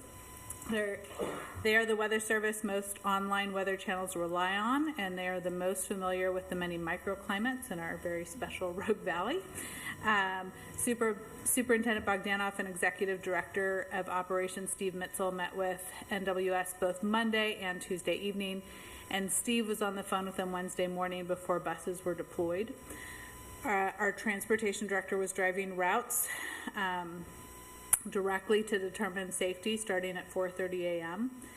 And as timing has it, right, at 6:30, temps were up and snow hadn't started. It was looking good to open school on time. Buses were deployed, and then shortly thereafter, the snow came. This may come as a surprise to anyone who regularly experiences acute weather prediction, but it is much more than the 1 inch they were predicting for the city. But once we deploy buses, we're committed to opening schools. The morning turned out to be much more challenging than anticipated. Wednesday evening predictions for extremely low temps in the 20s. Thursday morning led to the decision to close schools today. One of our crucial challenges is really clearing the campus for students. So when we have a snow event like this, it's not just the roads, but we have to shovel the stairs and make sure that our parking lots are safe and that sort of thing. So given the low temps, it was unlikely that we could fully clear campuses for students by a delayed start time, so it was, in the end, the right decision today. It's also challenging for families and staff to safely navigate roads with snow.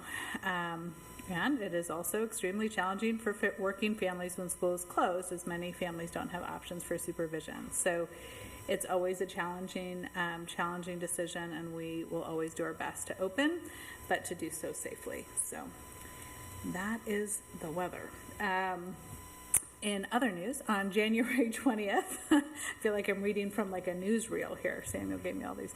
On January 20th, there is a joint event for staff presented by the Ashland School District, Eagle Point School District, and PACE. The executive director of I Love You Guys Foundation will be offering a training for trainers on the standard response protocol for school safety. It's an exceptional organization and a special opportunity to learn directly from a leading expert in the field. School districts will be joined by staff from several local law enforcement agencies. Next Monday, schools will be closed in honor of Dr. Martin Luther King. We always use this holiday as an opportunity to teach about his legacy and the legacy of service and social justice that he left for all of us.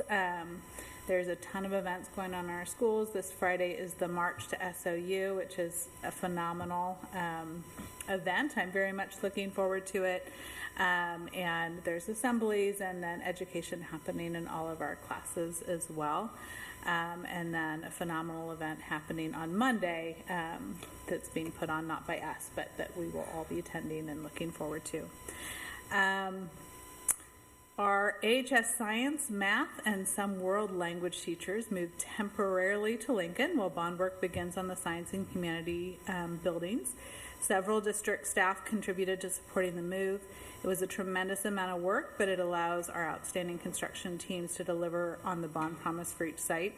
We're so grateful to the community for making this work possible and for the project teams for making it happen. A huge shout out to Rebecca Bjornson and Steve Mitzel for the coordination. It was a very smooth move. It was a ton of work, and they really moved mountains to make that happen in a seamless way for kids.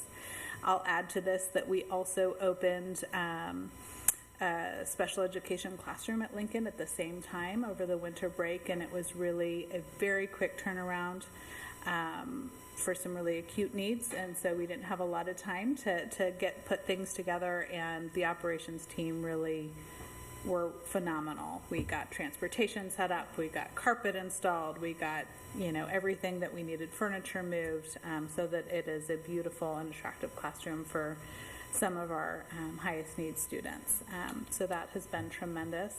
I'd also like to share that we've been working as a counseling department to really look at resources and how we can support all of our sites with their current needs. We look forward to some significant changes here in the next very short while that we'll be able to announce soon. We do have 2 tremendous, very hardworking high school counselors, along with 3 college and career counselors. 2 of them are acting as kind of graduation coaches, working with some of our highest needs students to help them stay on track and get to graduation in a really comprehensive way. And then, of course, Jennifer Marsden is doing her tremendous work around that transition to college. And we're looking at how can we support and get some more resources to there more quickly. So that will be likely made much more clear in our next meeting. And that is all I have for the superintendent report. Does Samuel have anything to add?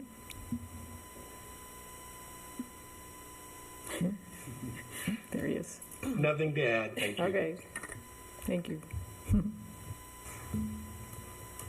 Okay, next we have the capital bond report with Executive Director of Operations Steve Mitzel and HMK Program Director Mike Freeman.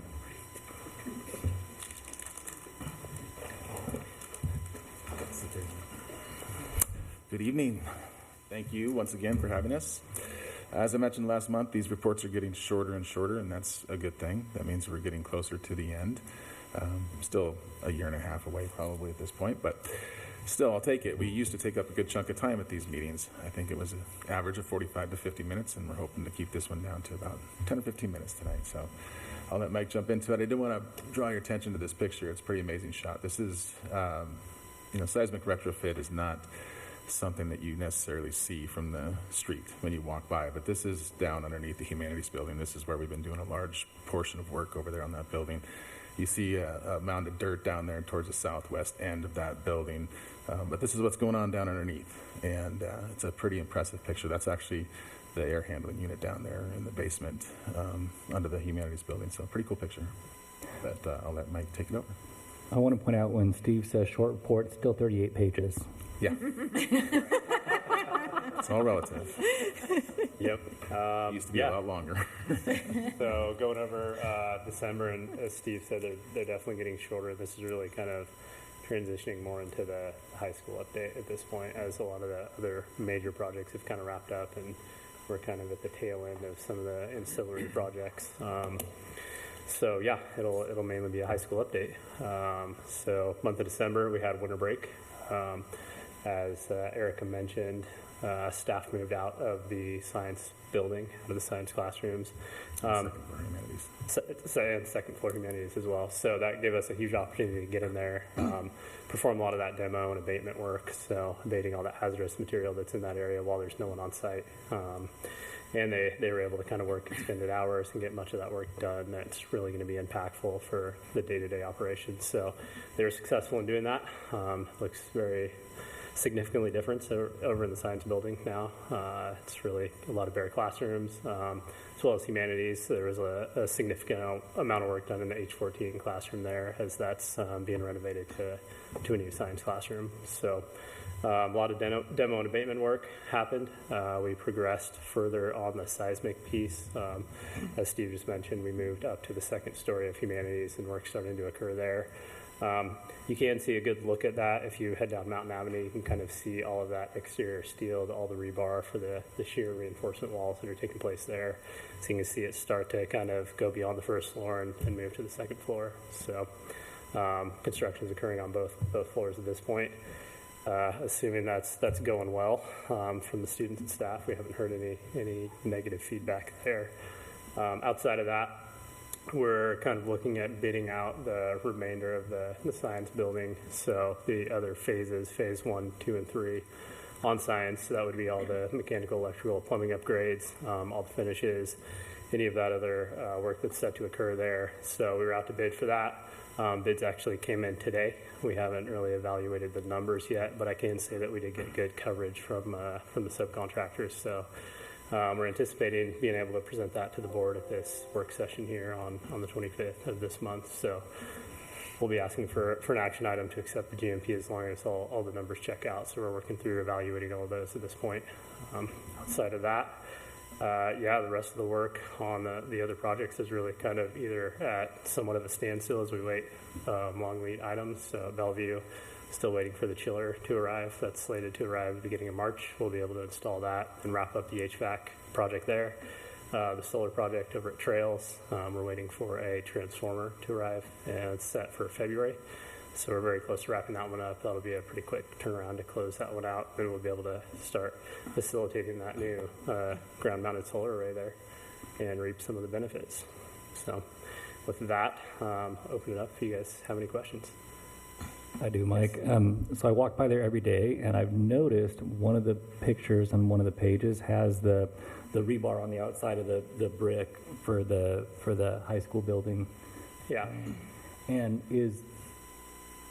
it's that picture. That one right there. Yes, sir. Super fascinating. So is that really just pouring? I mean, it will be almost invisible when you're done, but is that pouring new reinforcing kind of shell around? Mm-hmm. Yep. So effectively what that's doing is creating a kind of reinforced shear on that wall, so you no longer can get that kind of lateral motion. Right now there's a lot of moment kind of pivot angles there, the way that it's constructed, that would allow for kind of a catastrophic failure at the right size seismic event. So with that, it's essentially created a shell around that building, an exoskeleton, if you will, to some degree. Once we pour back all the concrete and get the finishes in place, it really won't be noticeable of that work taking place. That'll all be hidden, but that's what you see there. That's cool. And that'll go through all of the decks, through all 3 floors, and be essentially attached to itself. Cool. And if you recall, last summer, I think it was last summer, heading into this school year, we did a new footing around the entire building. Yeah. And if you recall some of the pictures of the rebar mesh that we put in that, it was pretty comprehensive. So, yeah, then everything comes down to this basement floor here and gets pinned down in here. So, That being said, I wanted to actually, we have not done it on this project yet, and, you know, Eva, you've been on a few of these, and I think Jill has, but I wouldn't mind getting the board in for a tour of this project. It's, now that we've broken into science, I mean, like I said, it's a seismic retrofit and a modernization, so it's not quite like walking into a new building at Hellman or walking into a renovated building over at the middle school. It's a little different in terms of what we're doing there. But there's a lot to see now, and so it wouldn't be a bad idea to get your hard hats on. And I know Hank and Noah, you've been through a couple of those things, just to get an idea of what we're doing and put your eyes on it and to see what's happening inside there. Because you don't see a whole lot from the street. Like you said, you see the rebar and a few other things, but you don't see a whole lot of action from outside. But there's a lot going on in there. I was hoping you were going to invite us to write our names in the concrete, but then I saw on another page the plaque that has the names, so thank you. Your names are on it. Yeah, do the handprints. We're required to do that, Dan. Wow. That would be great. So, yeah, maybe early February or even later this month, if we can get a couple of times to take you in there and show you what's going on. Awesome. I didn't want to cut off any questions. If you have questions, let me know. Just timeline, so kind of what are we looking at here for the high school? Well, as it stands right now, we're still slated for, I think it was December 31st of 2024 completion, and go ahead. So to kind of clarify, you guys have heard us talk about the different kind of sequences within completion. So the December 31st marks really our substantial completion. So that's contractually when they're required to be done. With the majority of things. So Steve mentioned probably a year and a half. What he's kind of looking ahead is any of that kind of closeout work. You've seen it kind of carry through with some of these other projects as we work through a lot of the punch list items, some warranty stuff that comes up as those buildings begin to be occupied. So it'll, be likely into 2025, probably the first half of that before we're complete. Yeah, and we still have a few long lead item things that we're looking at. We're trying to get as many of those purchased early on in the project. I think we even approved a few early site package work or early procurement. And we're still waiting for some of those things, like the elevator car itself, I think was almost a year out. And so we ordered that, and I think it'll be here this next summer. So there's still a few things like that are floating out there, but the bulk of the project we're hoping to have wrapped up about this time next year. And is your expectation that that students and faculty and staff will be housed in Lincoln until that point? Yes, in some capacity. Some will move back to the campus, and others will move over. For instance, we're hoping to get first floor humanities back over. Third floor humanities will have to move over. We may have to do some jockeying in the science department. So right now, the classes that are over there will be there through the remainder of this school year. We're hoping to have them all back over by the start of next school year. Okay. That's our hope. But then we'll also have more classes that'll be moved over there. So it's kind of a shuffle. It'll be kind of a rotating. Yeah, shuffle that we're doing. Multi-phase. As we move our way up the humanities building. So. Yeah, I just like to say from a student perspective, the transition has been so smooth. I mean, it's really great that we're in completely different classrooms, and like the biggest inconvenience is a walk across the street. Like I really haven't noticed any effect to any of my classes. I just moved over 2 of my classes for the first time. It was great to see that it really didn't affect any learning or anything. Awesome. That's great. We did hear a lot about the windows, though. Some teachers have spent their entire career in a classroom that had just a little window at the high school, and they're over there with this now a wall of windows. So I don't know if we're going to be able to get them to move back over. I was about to say, why wouldn't you link Except for it's about once you take them off the farm or something. Yeah. Now they're going to have a taste of what it feels like to see the mountains and the hills all day long. So we'll see. We could argue with that, yeah. Anything else? So I will probably work with Rebecca to coordinate a couple of opportunities to get in there. How are the new stairs doing in the ice and snow? Great. Yeah, I walked out there the other day, and there's not a whole lot of anything on the stairs because we were able to get the roofs on them. If you recall, we just about lost the roofs because prices and steel was fluctuating, and there are some issues around cost. But we hit it perfectly time-wise and got them on. And I think it's a huge difference. Great. Those were always, I don't know how we survived so long with those things as exposed as they were. I mean, I'm like, seriously, liability with, Yeah. with ice and, yeah. Makes a great perch to throw snowballs, though. Anything else? All right. All right, thank you. Thank you. guys. All right, and I believe our last main item is our finance report with Director of Business Services, Scott Whitman.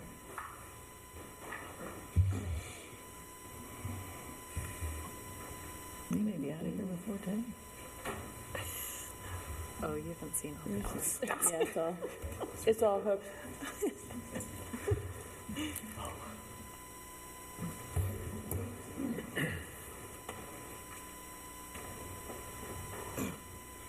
Oh, what did I do?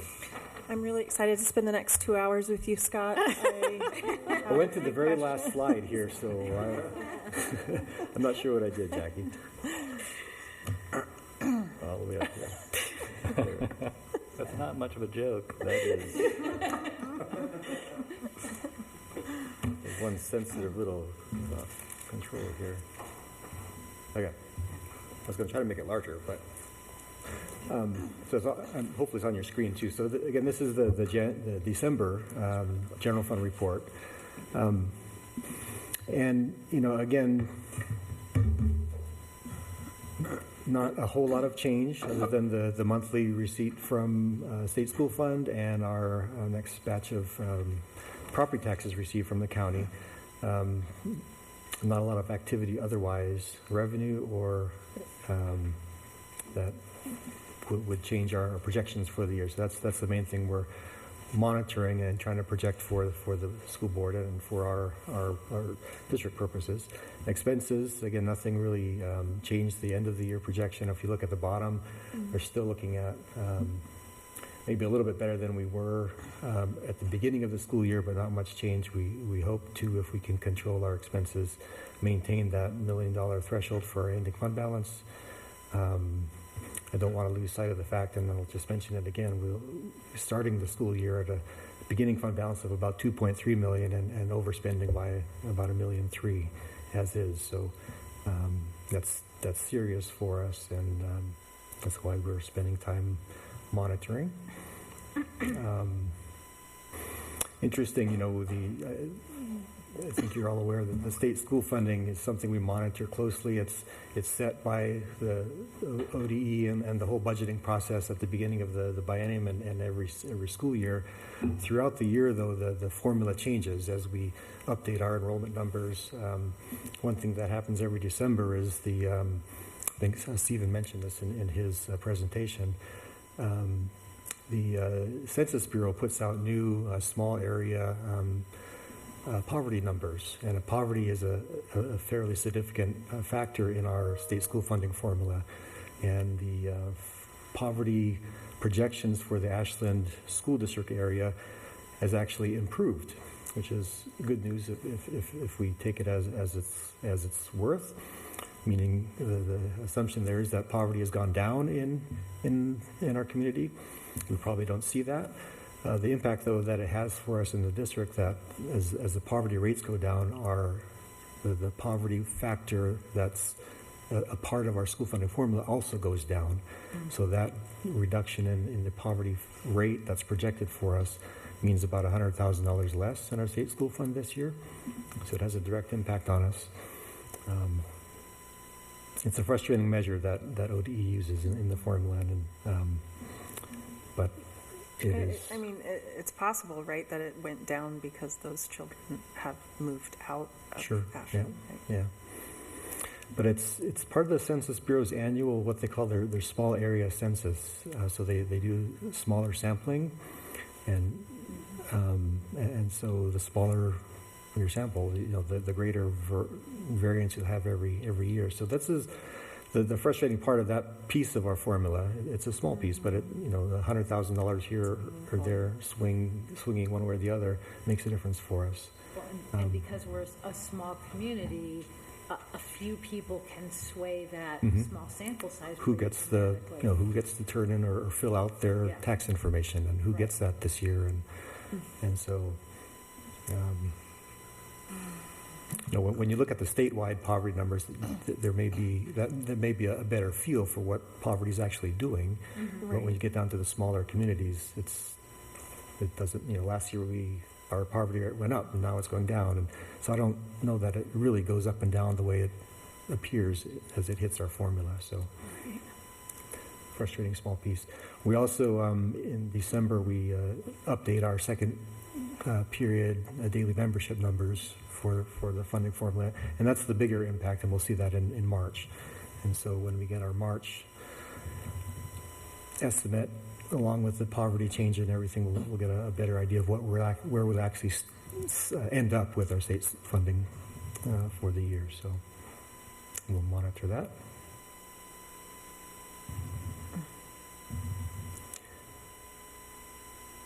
How do I get one page at a time here? Push the page down better. Page down, okay. That makes a lot of sense when you said that.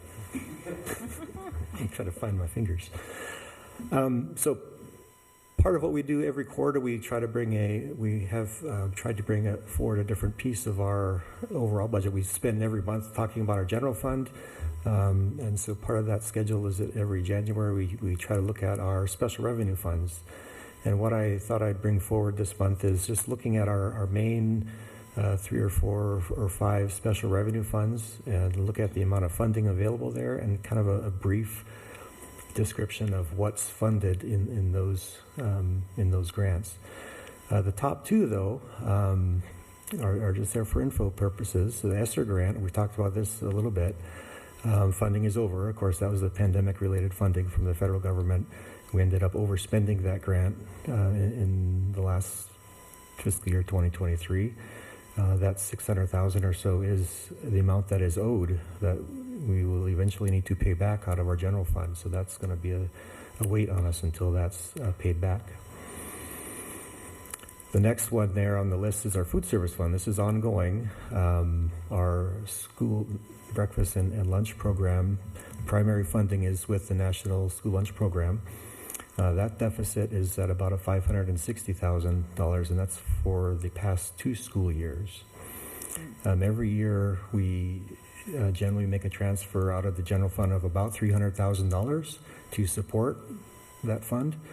Because of our finances, we haven't made that transfer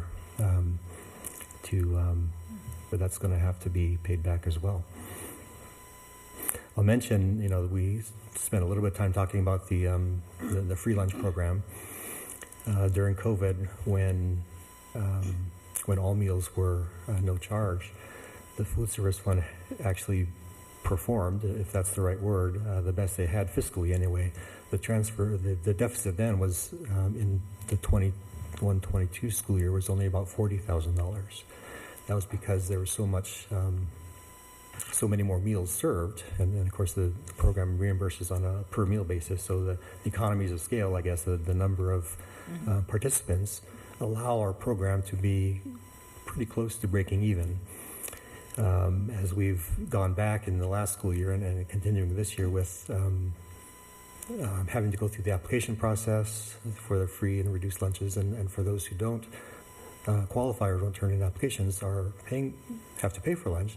It actually depress our meal counts. So whether kids are going off campus or not eating, we both as far as the meal program goes is not good for us. The next 4 grants there are much better shape. The school investment account, that's the SIA grant we talk about. What I've done is listed the current year grant amounts. SIA grant is about $2.4 million. And then I've just briefly highlighted the number of staffing that pays for. 15 FTE certified, so teacher staff, just under 5 FTE classified, and a small piece of administration.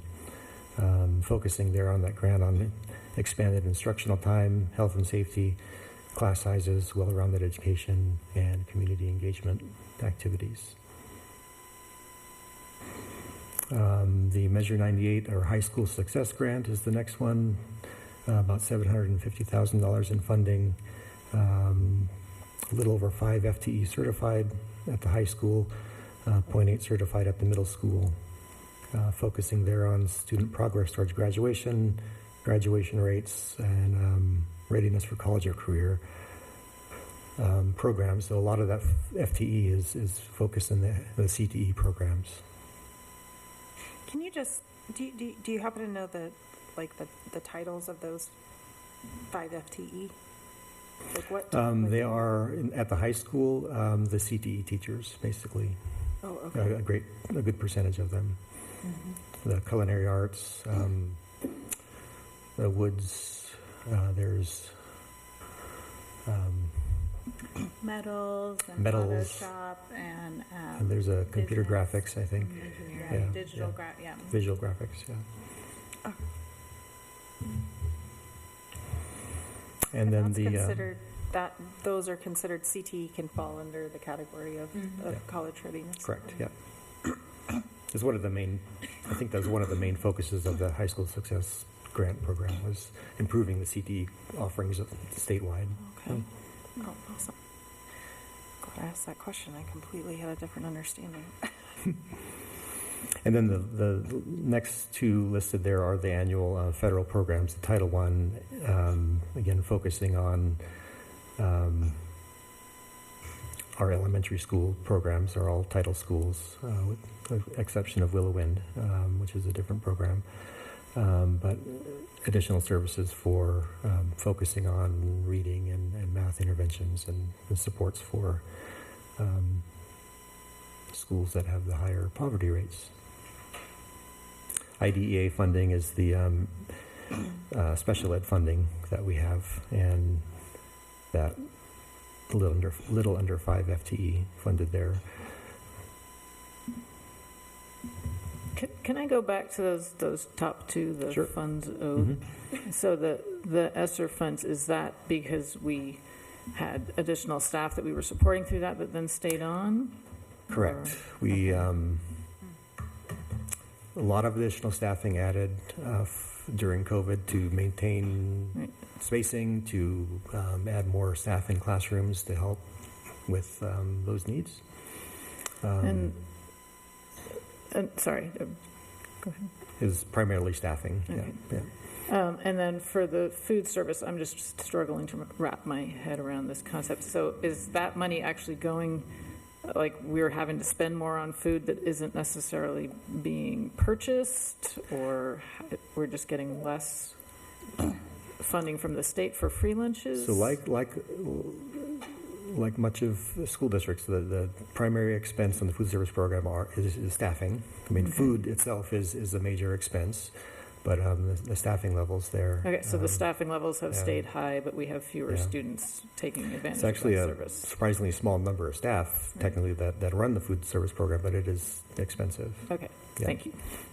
And just to be clear, it's not even necessarily that we have fewer students taking advantage of it. It's just that it's not reimbursed because of FRL rates. So it's just that it's expensive to feed kids. Like we're not charging market rates for.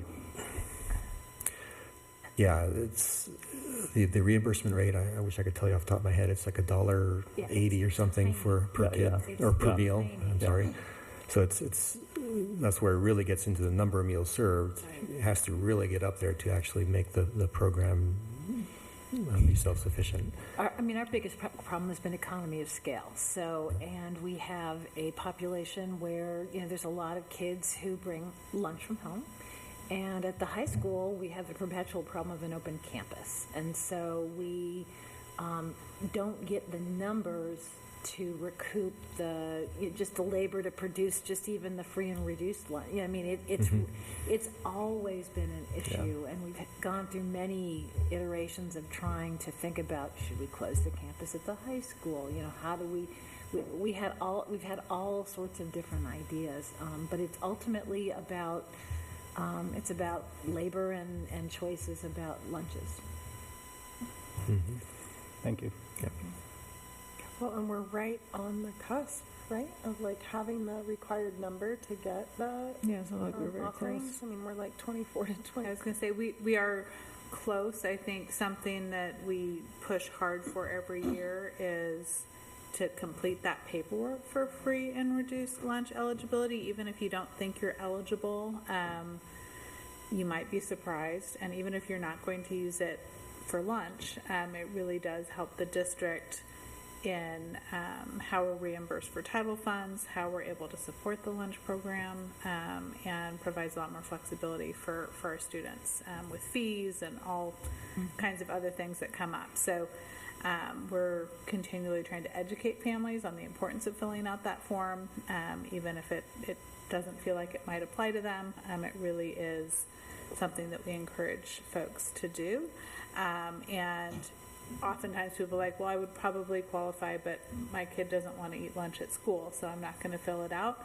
And there's just so much more that comes along with that eligibility. So we just really encourage folks to fill that out, available on our website, and fill it out anytime.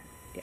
So Erica, is your sense though that if everybody who qualified did it, we would then be able to make the federal, I mean, it's hard to say. You know, I couldn't say for sure whether or not that's true. I think we'd get much closer, and we are already pretty close. So I would not be surprised if it pushed us over the edge in terms of that percentage, but I couldn't say for sure. I mean, in terms of a fiscal trade-off, I mean, then wouldn't it be worth putting very concerted effort, even staff effort, into getting families to fill this out? Because then it could really defray these costs from food services. Yeah. We do every fall a pretty staff gets very involved in a very targeted campaign to get folks to fill it out. And I don't know what the timelines are. I know we'll take the applications at any time, but I don't know at what point those are reported. So Christina is really our expert on all of that, and I'd love to chat with her more and find out what we could do to support getting those filled out. The state has tried to make that process easier. One way is to fill out the form, but we also have automatic qualifiers. If families are eligible for other support services, then they're automatically, those lists are automatically downloaded for us, and they're automatically enrolled in the free lunch program. So that's great. Over the past few years, that has helped a lot, but there are many more that could theoretically be eligible, and that does help us in the long run. So I'm curious, from our reps over here, what percentage of students do you think go off campus for lunch? I would say I don't really know the percentage, but I would say that a fair amount of students do go off campus, and many of them are just bringing their own lunch. Like, I bring my own lunch to school every day, but even in like freshman year and sophomore year, when me and none of my friends could drive, I would still bring my own lunch and then walk off campus to eat. I do think it's a little bit of like a circular problem with people not buying the school lunch, even if, just not getting the school lunch because they can bring better food, maybe like tastier food, and then, or buy tastier food, and then, but I think that, and because of that, there's not enough students buying the lunch. But I think, and so it's, we don't have the money to get better food. But I think if we did have better food, more students would buy it.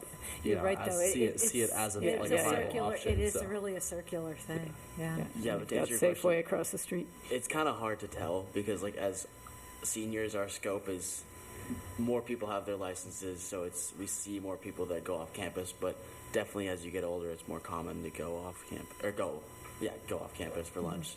But I would be hard pressed to give you a percentage of kids. We have I got historical percentages in the past. Can't believe it's changed that much. It was surprisingly high. No, I mean, you see the hordes walking down the street to kids, Safeway every day. So. I'd be curious to know what sort of measures have been taken to try to make that application easier for people to do. Like a serious campaign of. Yeah, I know. Back to like enrolling my kids in school and seeing it then. But if there's any ways that we can get it in front of people. And I'm wondering if that's a thing that, I don't know if La Clinica does that kind of resource navigation as a part of their work in the high school, but wouldn't hurt to add that to their screeners. Yeah. I haven't filled out the form before, but I do know that, like, I feel like from my point of view that is one of, like, the most, like, known, like I hear a lot about it, like, you know, at the beginning of the year, I do hear a lot of mention of, like, you know, forms to fill out for free and reduced lunch are, like, available now, and I think that, so I do think that it's, you It's know, well as far as, advertised. you know, Yeah, it's there. yeah. Well, sharing the message that it's about more than the free and reduced lunch. Right. It has Yeah, that people really understood that it really Right. helps the whole district. As a parent with kids in Willowen, they don't confess they don't think that because they have a kitchen. So I was like, well, it's Yeah. relevant, but it's not. It's, well, yeah, and kids at Willowwind who do get free and reduced lunch do get free They get it lunch. lunch delivered. Yeah, which is great. I mean, I think the other thing is, No, I think that even those who potentially are eligible, like, likely make the same assumption I did. Sure. And the other thing is, well, I mean, there's stigma, so there's that. There's also the fact that probably more people qualify than they think, because Correct, yeah, actually yeah. the threshold is higher than most people think too. So I mean, there's a lot to unpack there about that. That, yeah. Maybe just maybe the messaging that it can be of service in some way to the district, even if you don't intend to take advantage of it. That's this tonight is the first time I've heard that. I've heard the like helps on your SAT, ACT, like application fees and everything, but I haven't heard that it helps the district at all. So I think from a student's perspective, I have heard the benefits of it that it's outside of just the lunch. But, yeah, so I think. So Scott, are those numbers, those negative numbers there that we owe, basically the debt, is that included in that budget statement at all, or no? So essentially, we have $1 million that we. So it's not part of that. And I'll touch on that a little bit on our next topic, but because it's something that we just can't afford technically and that's what it gets down to. We can't afford it in our general fund until we correct some of our overspending pieces. And then the sad part is we can go through and do all these reductions that we need, but the first year of realizing those savings has to go towards paying back these debts, and then after that, then you can start building back your fund balance and getting back on a more stable path. So.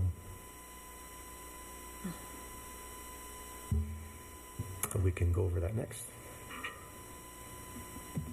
And then just follow up really quick. The funds that are still available, those are listed as in the budget line item on that. Like we've accounted for the money that we're expecting. Yeah, these are all special revenue funds, so they're outside of the general fund, the first page that I go over, so they're all accounted for separately.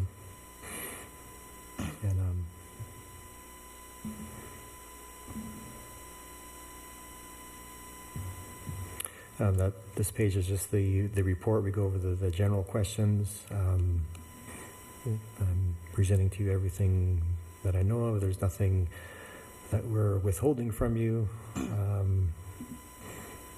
Those general type of questions there. And then down below, it's the January review where we look at the enrollment in the state school fund. And I'll talk about enrollment here in a little bit on one of my projections for next year.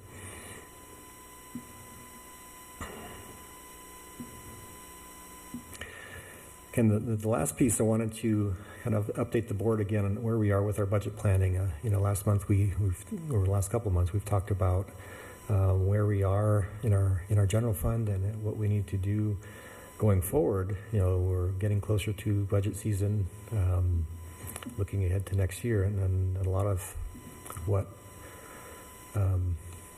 dictates our next steps is where we're currently at and how we're currently spending money. So on this first slide, just basically broke down that first the monthly report I gave you, I just broke it down into four lines here.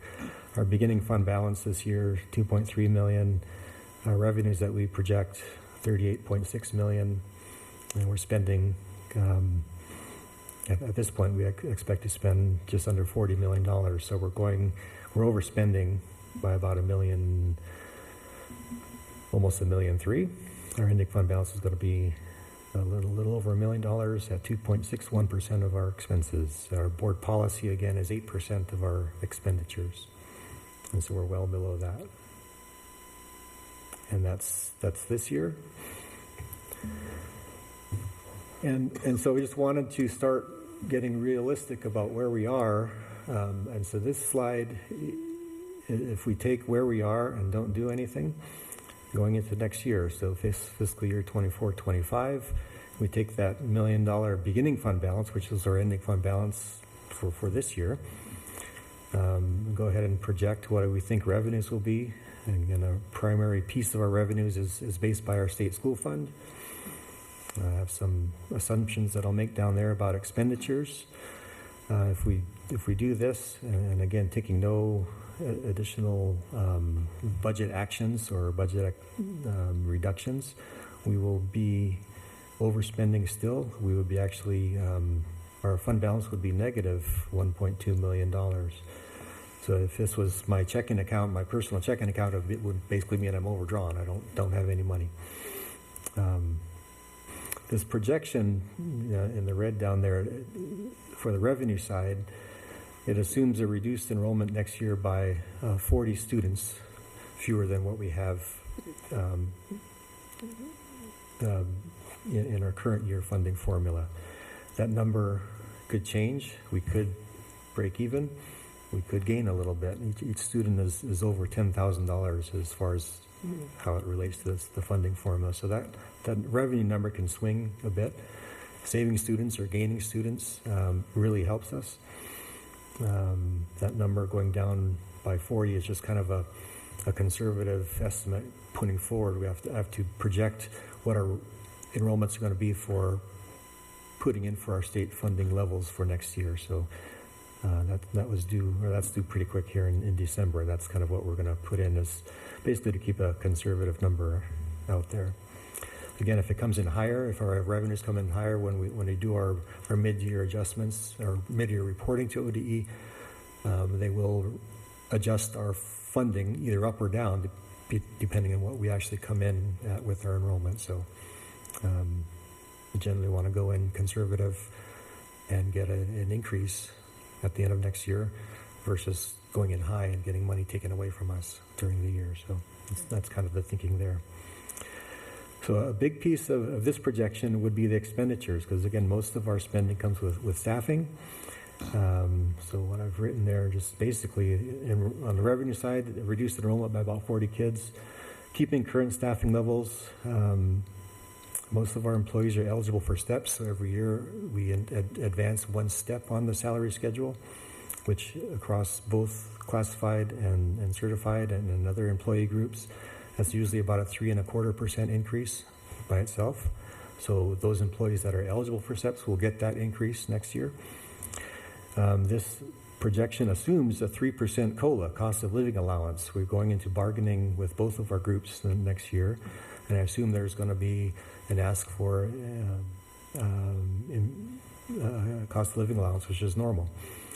So I'm throwing in a number. This is 3%. And then keeping, other than payroll spending, keeping similar non-payroll spending the same as it is this year. So if we go into next year with that set of assumptions, we're going to be overspending. And so the basic message is for the board and then for us when we start planning for budgeting for next year is that we do need to make cuts over where we are now. Eva? Actually, what I'm going to ask is on the next slide, so Okay. I'll wait. So, Cabinet and our lead team, our principals, our supervisors have been talking about that. A list of items that we have come up with that could be potential cuts. some of these, I have here, there are items for consideration. The board's going to be part of this decision, or our budget committee is going to be part of this decision when we go forward. There may be other items. But part of the presentation here is to give you an idea of the level of cuts and what that would translate to that we need. And so this chart here, the 6 broad categories, represents about $2.2 million in reductions for next year.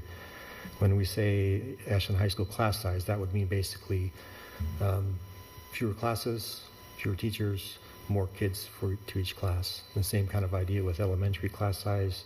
You'd have fewer elementary teachers. Our class sizes would go up a little bit. You could say that represents about 6. Each teacher, the average teacher salary and benefits is about $110,000. So that's just kind of an average number. Other district programs, $360,000. We've talked a lot. That is one employee group whose numbers were added dramatically over using the ESSER funding through the pandemic years. And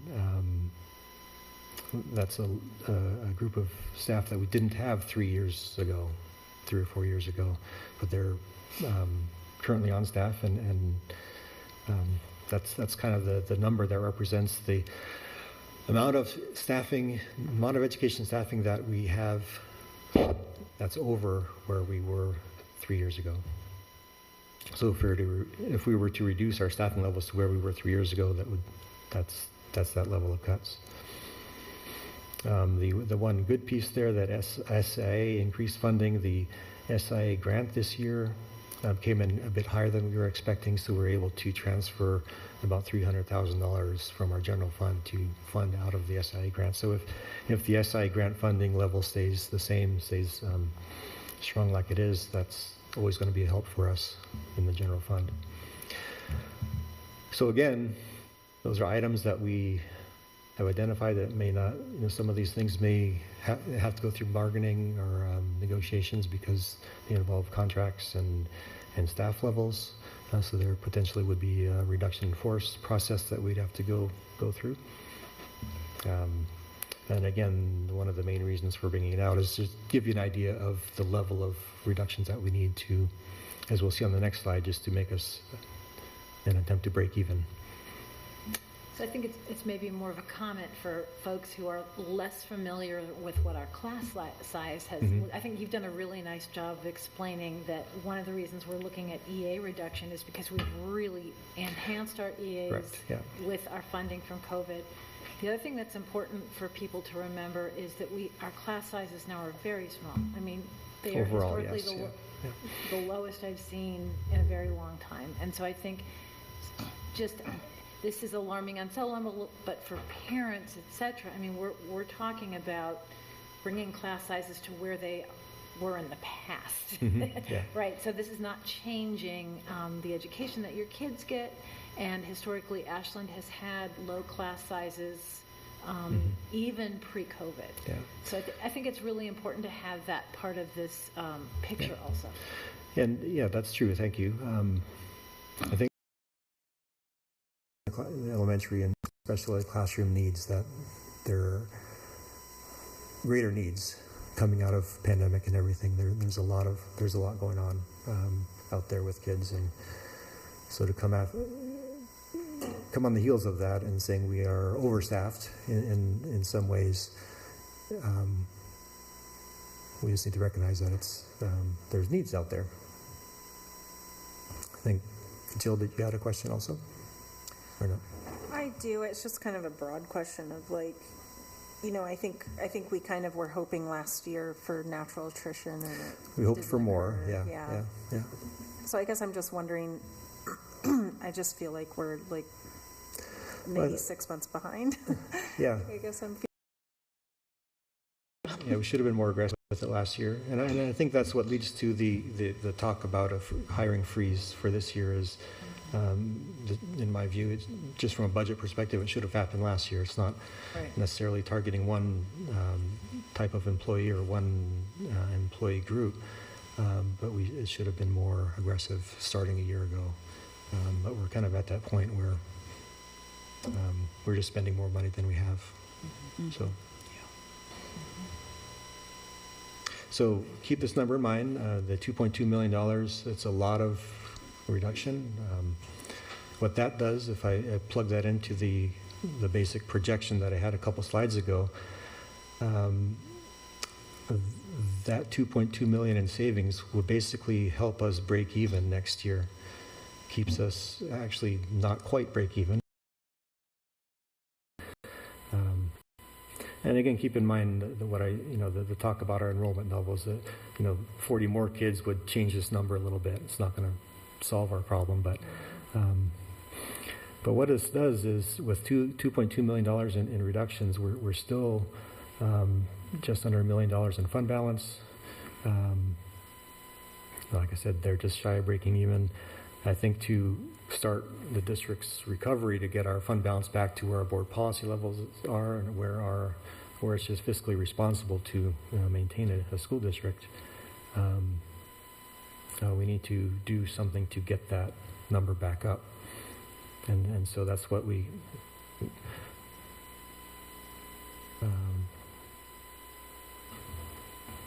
button there.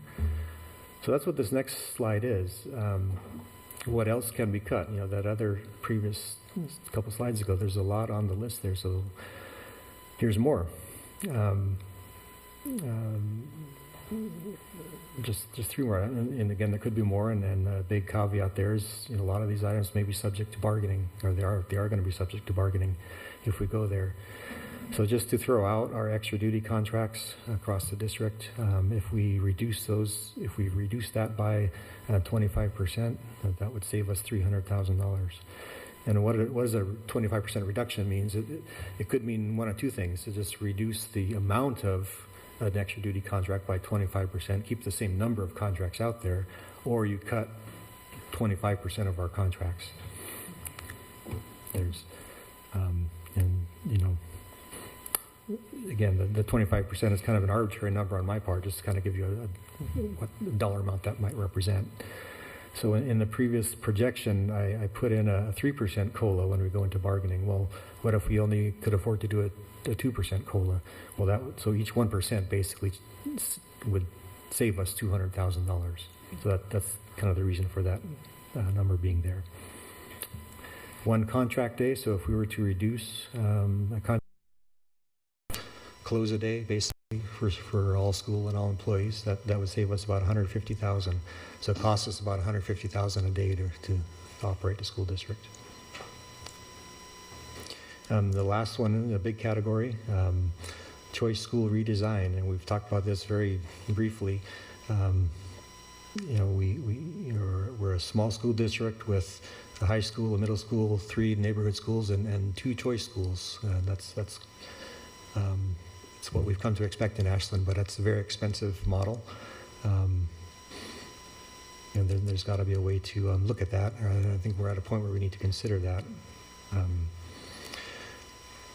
What I put there for a cost estimate is roughly the cost of operating one of those schools for a year. And again, so there's another $1.9 million in savings. What that does, if we add this savings to this previous list, so we're getting close to $4 million in savings, that would, if we did that all in this next year, help us bring our fund balance back to just under $3 million, which still technically is below the board policy. But that, once we get our funding level, our expenditure levels to that amount, what that would do for us is then in future years, after we pay for our overdrawn ESSER and food service funds, then in future years we would have money available to take care of a lot of our deferred maintenance needs in the district, painting, roofs. We're having a serious issue in the high school library. It's leaking, as it has done for the past several years. It leaks. We don't have money to do more than try to chase leaks and patch. technology purchases, curriculum, other necessary purchases, we do need to have, and we've talked about this, we always use the example of a maintenance truck, but there's other needs out there that we've just been not able to attend to over the past several years, and we can't with the way we're currently funded. So those are big items for what the district, what we will do. Our next lead team meeting is to bring this back to lead team and kind of dig more deeply into what that all means. And then we're going to start getting some guidance from the board to how we go into our budget committee meetings for next year and where we go from there. I mentioned a couple times, and just to be clear, a lot of those things on that list, on these lists, do require cooperation and work with our marketing units too. So to work through that process. Thanks for, being transparent about this stuff. I know this is not easy, but I think that the public likely appreciates, just seeing it all. Yeah, we have to deal with it. Yeah. And I think, it all gets back to the enrollment levels for the district. We're still a little under 300 students below where we were 3 or 4 years ago, and we haven't adjusted staffing levels to meet that. What happened during the pandemic, we got millions of dollars in funding from the federal government that allowed us to maintain and even add to our staffing levels. And so kind of kicked the can down the road a little bit. It allowed us to, I don't know if ignore was the right word, but the overstaffing was clouded by all these additional funds that were available. So that's what, in a nutshell, I think what happened. So. Yeah, I think that's an important term, kick the can down the road. I mean, we're now looking at, we are going to be a smaller district, and it's going to be a little bit rough to get there, but once we get there, I think we're going to have a level of stability that we understand. Yeah. And I think, ultimately it will be, it's not necessarily, I'm trying to think the right word, but this is sort of a pretty big bump, but then we're going to kind of get to where our demand to be, yeah. And I think it's important to know that we'll be stable at that point. Yeah. That's the term I like to use. The goal stated there is to have a balanced and sustainable budget. Mm-hmm. You want to be balanced we've kind of been balanced a couple of years ago, but we're still spending too much, I think. It wasn't sustainable. Spending too much on staffing because we haven't been able to keep up with these other obligations. And so it's not sustainable from that sense. So. It's unfortunate because it is and it isn't, right? Like the class size is a real thing, so I think that's an okay adjustment. But a lot of the additional support services that we've been able to provide for kids, especially during this time, has been really necessary, and so that's a concern, Oh yeah. obviously, of like what those support services that go away, what that means for our kids. Yeah. All right. Thank you. Thank you. Under 2 hours. No.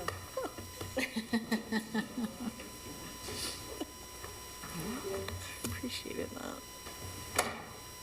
Okay, and I believe that is the last item on our agenda. So, new business, announcements and appointments. The board will hold a work session on Thursday, January 25th, 2024 at 7 p.m. on Zoom. Our next regular session meeting will be held on Thursday, February 8th, 2024, beginning at 7 p.m. in City Council Chamber. A Zoom link will also be available. All right. Anything else? Anyone? Oh, yes. Well, and thank everybody who brought these wonderful cookies here for us. That was very appreciated. So. All right. This meeting is adjourned.